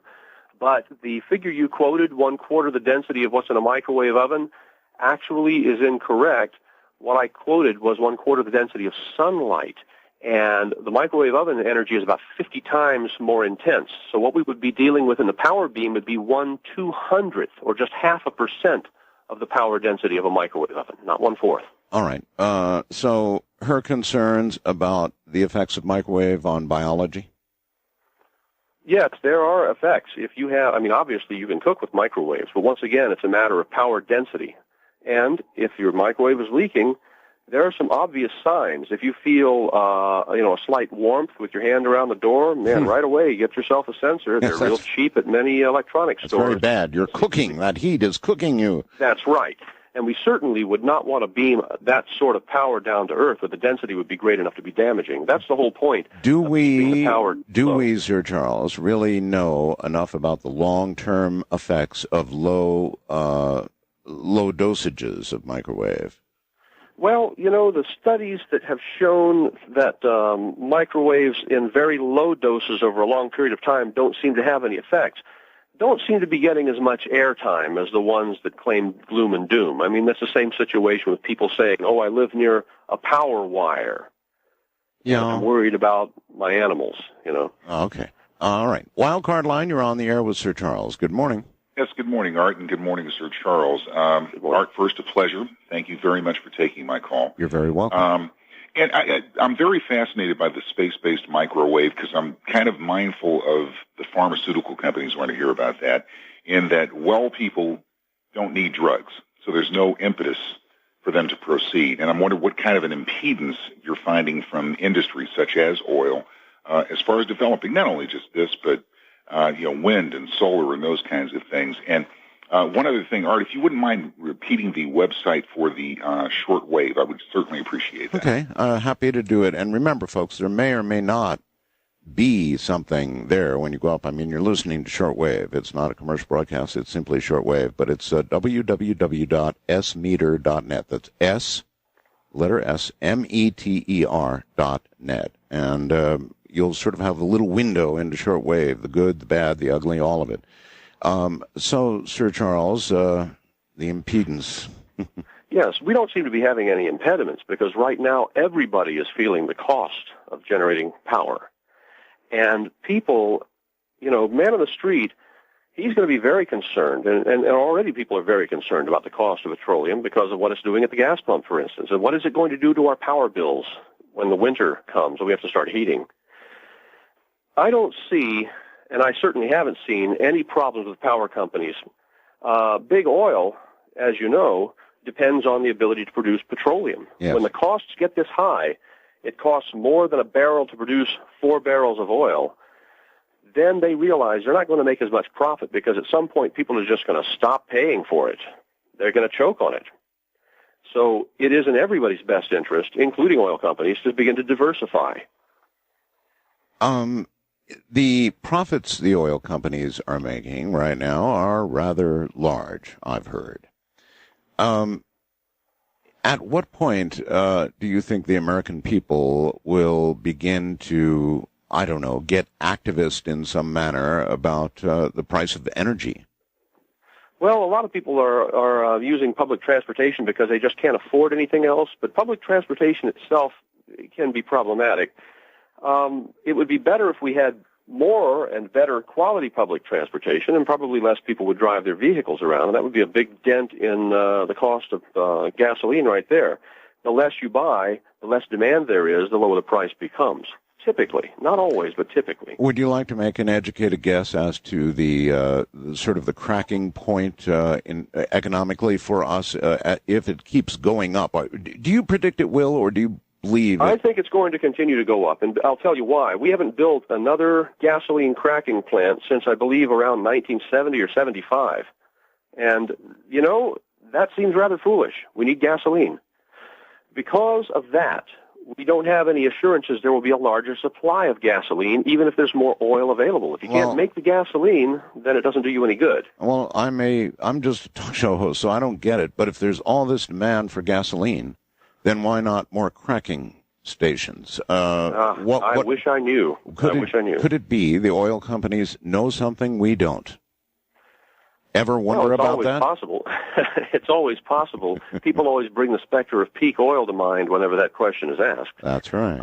And perhaps they feel that they're not going to be able to make any more money because there won't be enough oil to support their needs. But that's not necessarily true. As I pointed out, half the oil reserves are right up in Alberta right now in the form of tar sands. And they're going to start processing it because it's now cheap enough to do. It's economically viable. But I think that people are really going to crack when it starts hitting $4 to $5 a gallon. Yes. And I think the whole economy will crack sometime between 4 and 5 itself. East of the Rockies, you're on the air with Sir Charles. Hi. Hello, Art. Good morning to you and also your guest, Sir Charles. Earlier in the evening, you were discussing the microwave transmitting solar collector satellite. If I wasn't mistaken, Sir Charles had mentioned the energy that would be transmitted was 23 milliwatts. That's correct, per square centimeter. Okay, I thought maybe it's just coincidental, but 23 milliwatts is also the optimum operating current for the nation's telecommunications network, the landline network. Were you aware of that? No, that's an interesting coincidence.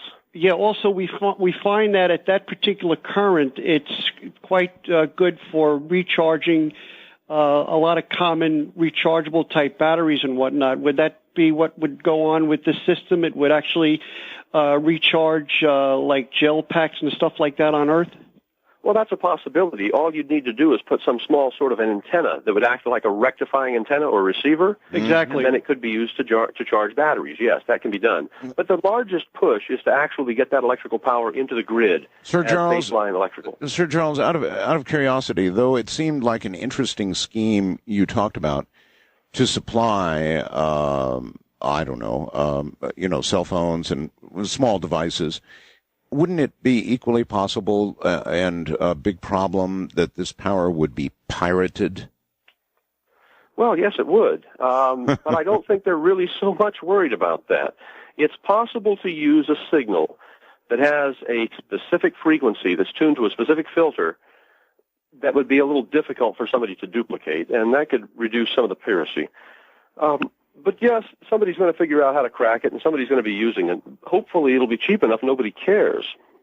That's a good point. West of the Rockies, you're on the air with Sir Charles. Good morning. Hi. Good morning. I have a question about microwaves also. Given the fact that there is a supposedly non-lethal weapon, which we are constantly testing, God knows why, using electromagnetic pulse radiation, I would like to ask both of you whether you know for sure whether or not this is being used on any satellites. I know it's been referred to, but in sort of a vague way when I've heard about it.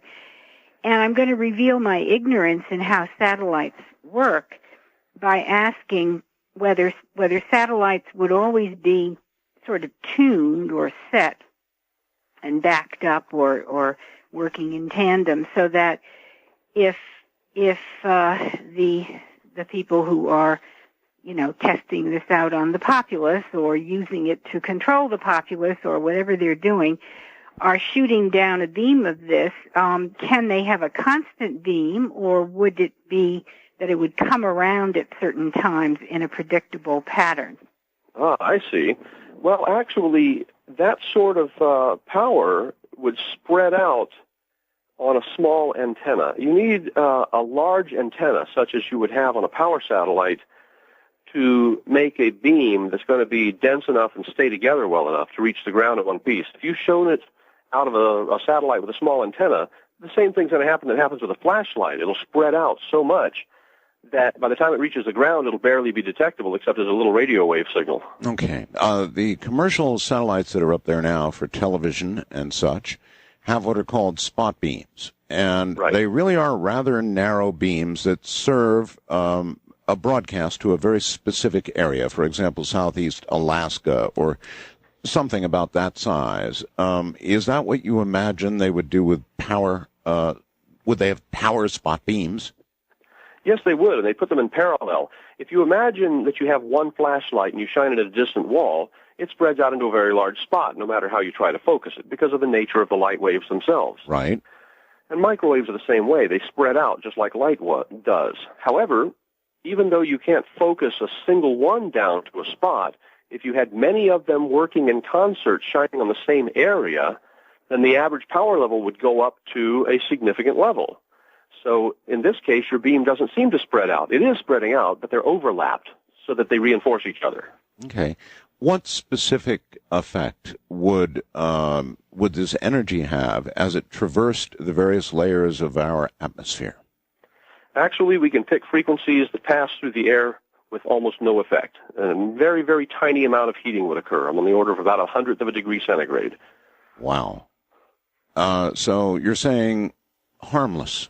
In other words, we do have some rather sensitive areas, right, of atmosphere that we're concerned about. That's true. The ozone layer, for example. In other words, as it came through these, it would have no measurable effect on them. That's correct. Well, now it's interesting because somebody has even suggested that by using tuned microwaves or laser beams, we could use them to break down compounds that affect the ozone before they get to that layer. No kidding. So there actually could be some benefits to the proper frequencies and energy levels being shown through certain layers of the atmosphere. So if we wanted to affect the atmosphere with a satellite, we could conceivably do that? Well, certainly we could. Oh. That's a horse of a different color, isn't it? Well, that's true. If you really wanted to change heating effects, yes, you could do it. You'd pick a frequency that the atmosphere would absorb, and then you could cause local heating. And the interesting thing about that sort of plan is a lot of it would be absorbed by the atmosphere and not reach the ground. But it would affect the atmosphere. But it would affect the atmosphere, conceivably, yes. What? Changing climates? Modifying? You could change the climate, yes. You could select areas and shoot them with specific frequencies and energies of microwave beams, and you could affect the climate in areas, yes. Thank God our government would never consider such a thing, right? Oh, of course, they would never consider such a thing. You know, we laugh, but there are projects underway, ionospheric heaters, you know, that sort of thing. Right. That I'm sure you're well aware of. Are they dabbling, Sir Charles, in areas they ought not? That's a pretty straight-on question. Well, that's an interesting question too. Whether they ought not, man, that assumes a lot. You want to try things if you can do so without harming things to find out how everything works. I mean, we basically study things by picking them apart and poking them and seeing what's inside. When we do experiments in the atmosphere, you do have to be careful. It's just like the first atomic bomb. They didn't know if it was going to ignite the atmosphere, you know, and they did it anyway, and it didn't. Sir Charles Schultz III is my guest, and it certainly has been a fascinating conversation, one that will resume in a moment. This show this morning really does have an extremely optimistic side to it. And I'm glad to be able to present that because, frankly, what's going on with oil right now in the world is scaring the hell out of me. And I know a lot of you out there as well. I mean, most people, you know, can clearly see where it's headed economically with what's going on in the world. And I mean China's demand and all the rest of it. So we're either going to find more energy someplace, in a place perhaps like this, or we're in big trouble. Sir Charles, welcome back. Thank you. Do you have something, you know, I know you've got a website, so please promote that. And anything else you have, please promote away. Okay. Well, first off, the book is nearly finished. I now need to locate a publisher, and I'm working on that right away. Second, I wanted to give some thanks to Andy Doan, my new webmaster, who redesigned my site, and I know everybody who sees it appreciates it. Xenotechresearch.com, XENOTECH .com. I'm sorry, XENOTCH Yes. Could have made it easier, you know. Yeah, I could have. So that's xenotechresearch.com. Okay, and we have a link. Correct. We have a link, by the way, folks. So. Oh, very good. And I needed to correct one thing. I said 8 hours for the space elevator to reach the midpoint, the orbital point, geostationary. It would be 8 days. I'm sorry about that. 8 days? Yes, 8 days. Well. It only moves 190 kilometers per hour. That would require a little provisioning on the way, a couple Hershey bars or something. It'd be like a cruise. All right, back to the phones. West of the Rockies, you're on the air with Sir Charles Schultz III. Oh, thank you very much. Art Gary in Santa Maria, KSMA 1240. Hey, Gary. Perfect person to ask this question. 20-second setup, maybe 25 at the most. Sure. Bin Laden just got religious approval from the clerics to set off a nuclear device. People wonder why it hasn't happened yet. He's a very religious man in that religion, and he wanted approval for the American Hiroshima. Paul Williams says that there's already 20 nuclear weapons planted here. Whether or not you believe they're here, with a border absolutely wide open, and with the recent attacks that they've just discovered in London, 40 million radical Muslims in the world ready to do a kamikaze. That's why we had such a hard time in World War II. When a man is willing to give up his own life to kill you, it's very, very hard to stop. And our border is wide open. Why, under God's green earth, is this president committing this country to an American Hiroshima, whether it be nuclear, biological, or chemical? The red carpet is rolled out, and he keeps saying, well, we're taking the war to them. How, under God's green earth, do you run strictly an offense with no defense and the red carpet rolled out to come take out America? All right. Well, that's a heck of a question, and I can tell you this. If I were a politician and I could answer that question, I wouldn't be a scientist. I would say don't be so concerned about his permission to do this as any story that would indicate that he actually has come into possession of a nuclear weapon. Then I would be very concerned, because there's always going to be somebody willing to extinguish their own life for the cause and set it off. No question about that. Well, creation is much easier than destruction. Sir Charles, it's much harder than destruction. There may be one question you could attempt to answer for me.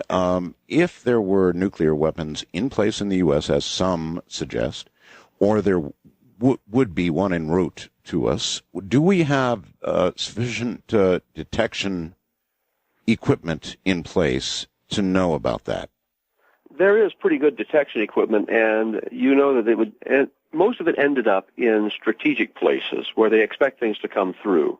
Nuclear weapons do have specific signatures, lots of neutrons, for instance. Right. And neutron detectors aren't really plentiful right now, but there is a big push to make many more of them. As for the detectors being in place, I would say at this point they probably have a lot more than I'm aware of, and they probably wouldn't say anything about it. Sometimes the stealth that you use in detecting these things is your strongest ally. Mm-hmm. All right. International line, you're on the air with Sir Charles. Hi. When I push the button. Hi there. You're on the air now. Hi. Can you hear me? Yes, I hear you.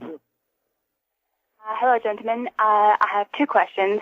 One is in reference to the nanotubes technology, and I'm calling from Honolulu in the Pacific. My name is Robin, and we have all the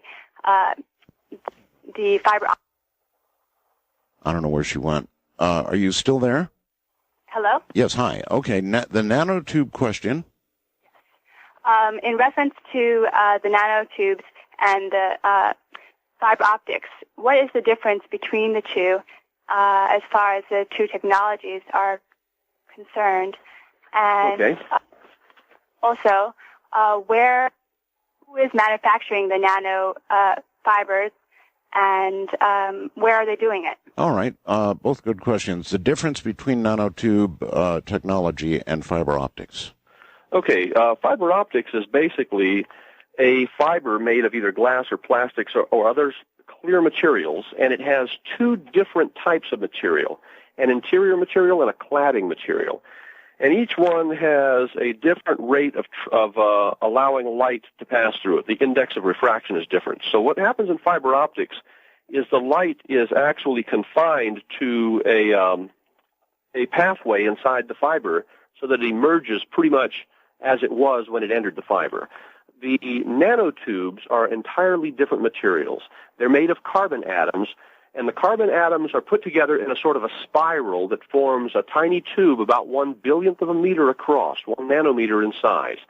But they can be very long, just as a hair is tiny in size, but very long. The nanofibers aren't actually related to fiber optics at all. They're intended to be a very high-strength, high-tensile strength material and could end up replacing a lot of things in, let's say, bulletproof vests, as well as making a space elevator. All right. And her follow-up question was, Sir Charles, who is currently doing this manufacturing? I think there's a company called Microsystems and Applied Sciences also that is working on the nanotubes right now. I know that Applied Sciences is, and there are a number of small companies that are working on it that we don't really hear a lot because they're under the wire. But I think Applied Sciences is one of the largest manufacturers at this point. Okay. I've heard some pretty exciting stuff about paint you can put on your house for getting energy and that sort of thing. You heard about that? Oh, yes. Because of the fact that these nanofibers act almost as antennas do for light waves, antennas for radio waves can pick up the energy. Right. These fibers can be tuned to light waves, and they could convert it, theoretically, into electrical current. So nanofiber coatings, paints, could become the next solar cell. All right, good enough. Wildcard line, you're on the air with Sir Charles. Hi.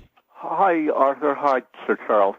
I was curious about the so-called phenomenon of the Cambrian explosion, how all the modern phyla of animals seem to appear all at once without gradually evolving from a common ancestor. And I'm wondering if this Cambrian explosion might have occurred more slowly on Mars, and then as the Martian climate became periodically a desert and then wet again, and the deserts got longer and longer in duration and time, the cysts got better at handling harsh conditions and then survived an asteroid splash, and they got planted here on Earth, and that's why there's a Cambrian explosion here, because the common ancestors occurred on Mars. And if that's true, then maybe we could still find cysts that could hatch into trilobites on Mars, or places where they're still existing in little puddles, and we could get to see living trilobites. I'm wondering what you have to say about this.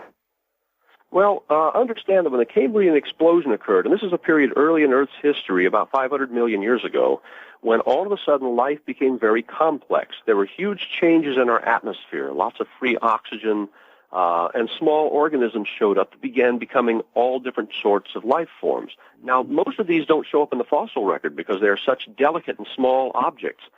However, enough has shown up to show us that suddenly there was a huge amount of diversity in life on Earth. Similar processes appear to have occurred on Mars, and whether they occurred more quickly or more slowly is hard to say. But the thought of an asteroid impact carrying all these organisms from one planet to the other has some problems. Some bacteria could probably make it very easily, but larger organisms are much more fragile than bacteria, and they stand a far worse chance of surviving such a transfer. So if organisms were carried from one planet to the other by asteroid or meteor impacts, it probably would be nothing much larger than spores or bacteria. Mm-hmm. There may be a relation. Why should we be any more concerned about NASA returning a sample from Mars than we are about a Mars rock entering our atmosphere, and then coming down and cracking open on the ground and spreading something? Well, actually, that's an easy one to answer. Okay. When a Mars rock is removed from the planet, it's typically blasted off the planet by an impact, such as an asteroid or a meteor. Right. When this happens, the rock is subjected to a great deal of stress and heat. It has to rip through the atmosphere very rapidly in order to escape from the planet, and it may be incandescent when that happens. When it travels through space, it typically takes many millions to tens of millions of years to reach the Earth. And organisms don't tend to survive for tens of millions of years. As it is right now, it takes special conditions, such as being frozen or stuck in a salt crystal, for an organism to last from thousands to millions of years. So by the time it reaches the Earth, now it's gone through our atmosphere as well. And it's been pretty thoroughly sterilized and quarantined So we don't really have many things to worry about from Martian you would meteorites. certainly be uniquely qualified to answer this, Sir Charles. If a Martian sample came back, after all you've seen and demonstrated on your website about Mars, and we had a Martian sample sitting in front of us, would you be in the same room when they opened it? I certainly would not. I am extremely concerned about the possibility of organisms still extant or still living on the Martian surface because it is proven to be wet. And in fact, you can see proof that it's wet and it's been right under their noses all along. When you look at Meridiani, the surface of the plane is covered with trillions of identical little fossil spherules and rocks as well. So the question is, why are all the rocks and spherules on the surface? Any farmer knows the answer. If you plow a field and you remove the rocks preparatory to planting, and there's a freeze, the next day you come out and there's rocks in the field again. And this happens because of a process called frost heave. When there's moisture in the soil and it freezes, ice pillars form and thrust all the rocks to the surface. Now, if this is true, we should see evidence of that on Mars, and we do. Where the heat shield crashed, the soil underneath it that it dug the trench in shows no rocks or spherules underneath it.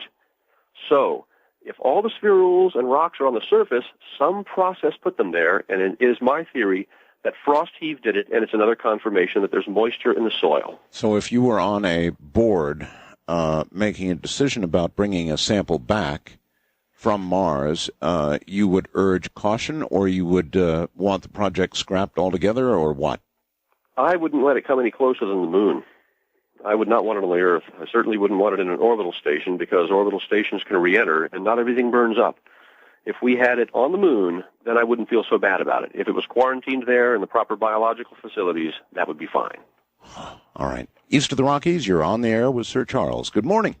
Good morning, Art. How are you doing today? Just great. I'm calling from the oil sands capital of the world, up here in Fort McMurray, Alberta. Yes, sir. And just to let you know that, Sir Charles, China's already bought into the oil sands up here now. They bought into one of the future mines north of the existing mines. So they're already investing their money. Did you were you aware of that, Sir Charles? No, I wasn't.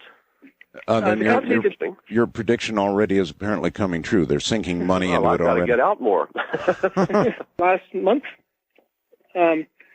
And that's about the only thing they can buy into because there's so many companies buying up around the world here that they can't get their foot in the door anywhere else. So just to let you know, Sir Charles, they're already up here. Okay, we appreciate the information. That's amazing. So it's already occurring. West of the Rockies, you're on the air with Sir Charles. Good morning. Edna, if you're still listening, JC's a madman. Make a run for it while you can. All right, thank you. Yes, we're well aware of that.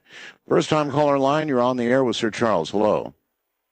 Hello. I'd like to start this brief conversation here by saying everyone that across the planet has heard the common saying of think globally, act locally. Well, I just wanted to say that I believe it's time.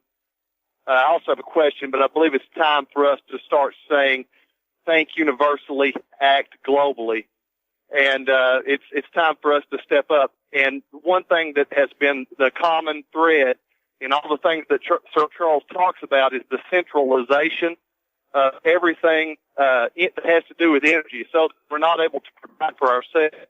And my question for you, Sir Charles, is I believe decentralization would help people to be able to contribute and act globally or locally or however you want to say it. But a question is, there's devices. I'd just like to hear your comment and tell me that this is not possible. If you take a regenerative solid oxide fuel cell that's taken and hydrogen in and is also regenerating some of that hydrogen back out as fuel and then is outputting its heat, which is significant, to a Stirling engine device, which is a heat engine which is capable of working on a free piston type system and turning the heat into energy, taking the energy from the solid oxide fuel cell, as well as taking the hydrogen that comes back out from the regenerative fuel cell. Is it not possible that we have the technology right now, right here on Earth, to deploy to people, just to make it commercially viable and available through just common plastics And I also like to say Okay, hold on, sir. That's a lot to comment on, so hold right there, please. In other words, does this kind of system exist now? Could it be deployed? Could it be done? Are we just ignoring it? Are the oil companies burying it? What's the deal? Okay, any system that consumes fuel has a loss. And if it's generating fuel, when it's consuming fuel, there's going to be a loss on the way. So it's going to make less than you want. It's kind of like putting a windmill on the hood of your car and hoping it'll charge the battery up without using the energy from your fuel. You're getting that same energy out of the fuel back into the system less efficiently than you would with a regular generator. So a system that made its own fuel that way is going to lose. It's a losing proposition because it's a perpetual motion machine, and thermodynamics just doesn't permit that to happen. On the other hand, he had a good point. We need to start acting individually as well so that we have a global effect. I did a calculation that showed that over 12.6 trillion watts of sunlight heating occurs on just the rooftops of our homes in this country. That's amazing. If we were simply to make the roofs reflective or silver, we'd eliminate an immense load on our air conditioning. And if we actually use it to generate power, you could have your air conditioning essentially for free. Depends on how much it costs to set up, however. Well, I think the kind of world that you describe cannot be far off, or put another way, had better not be very far off, looking at current conditions. Sir Charles, it has been a pleasure having you here tonight. Our time has evaporated. Well, much like the water on Mars. Okay, my friend, thank you so very much, and good luck.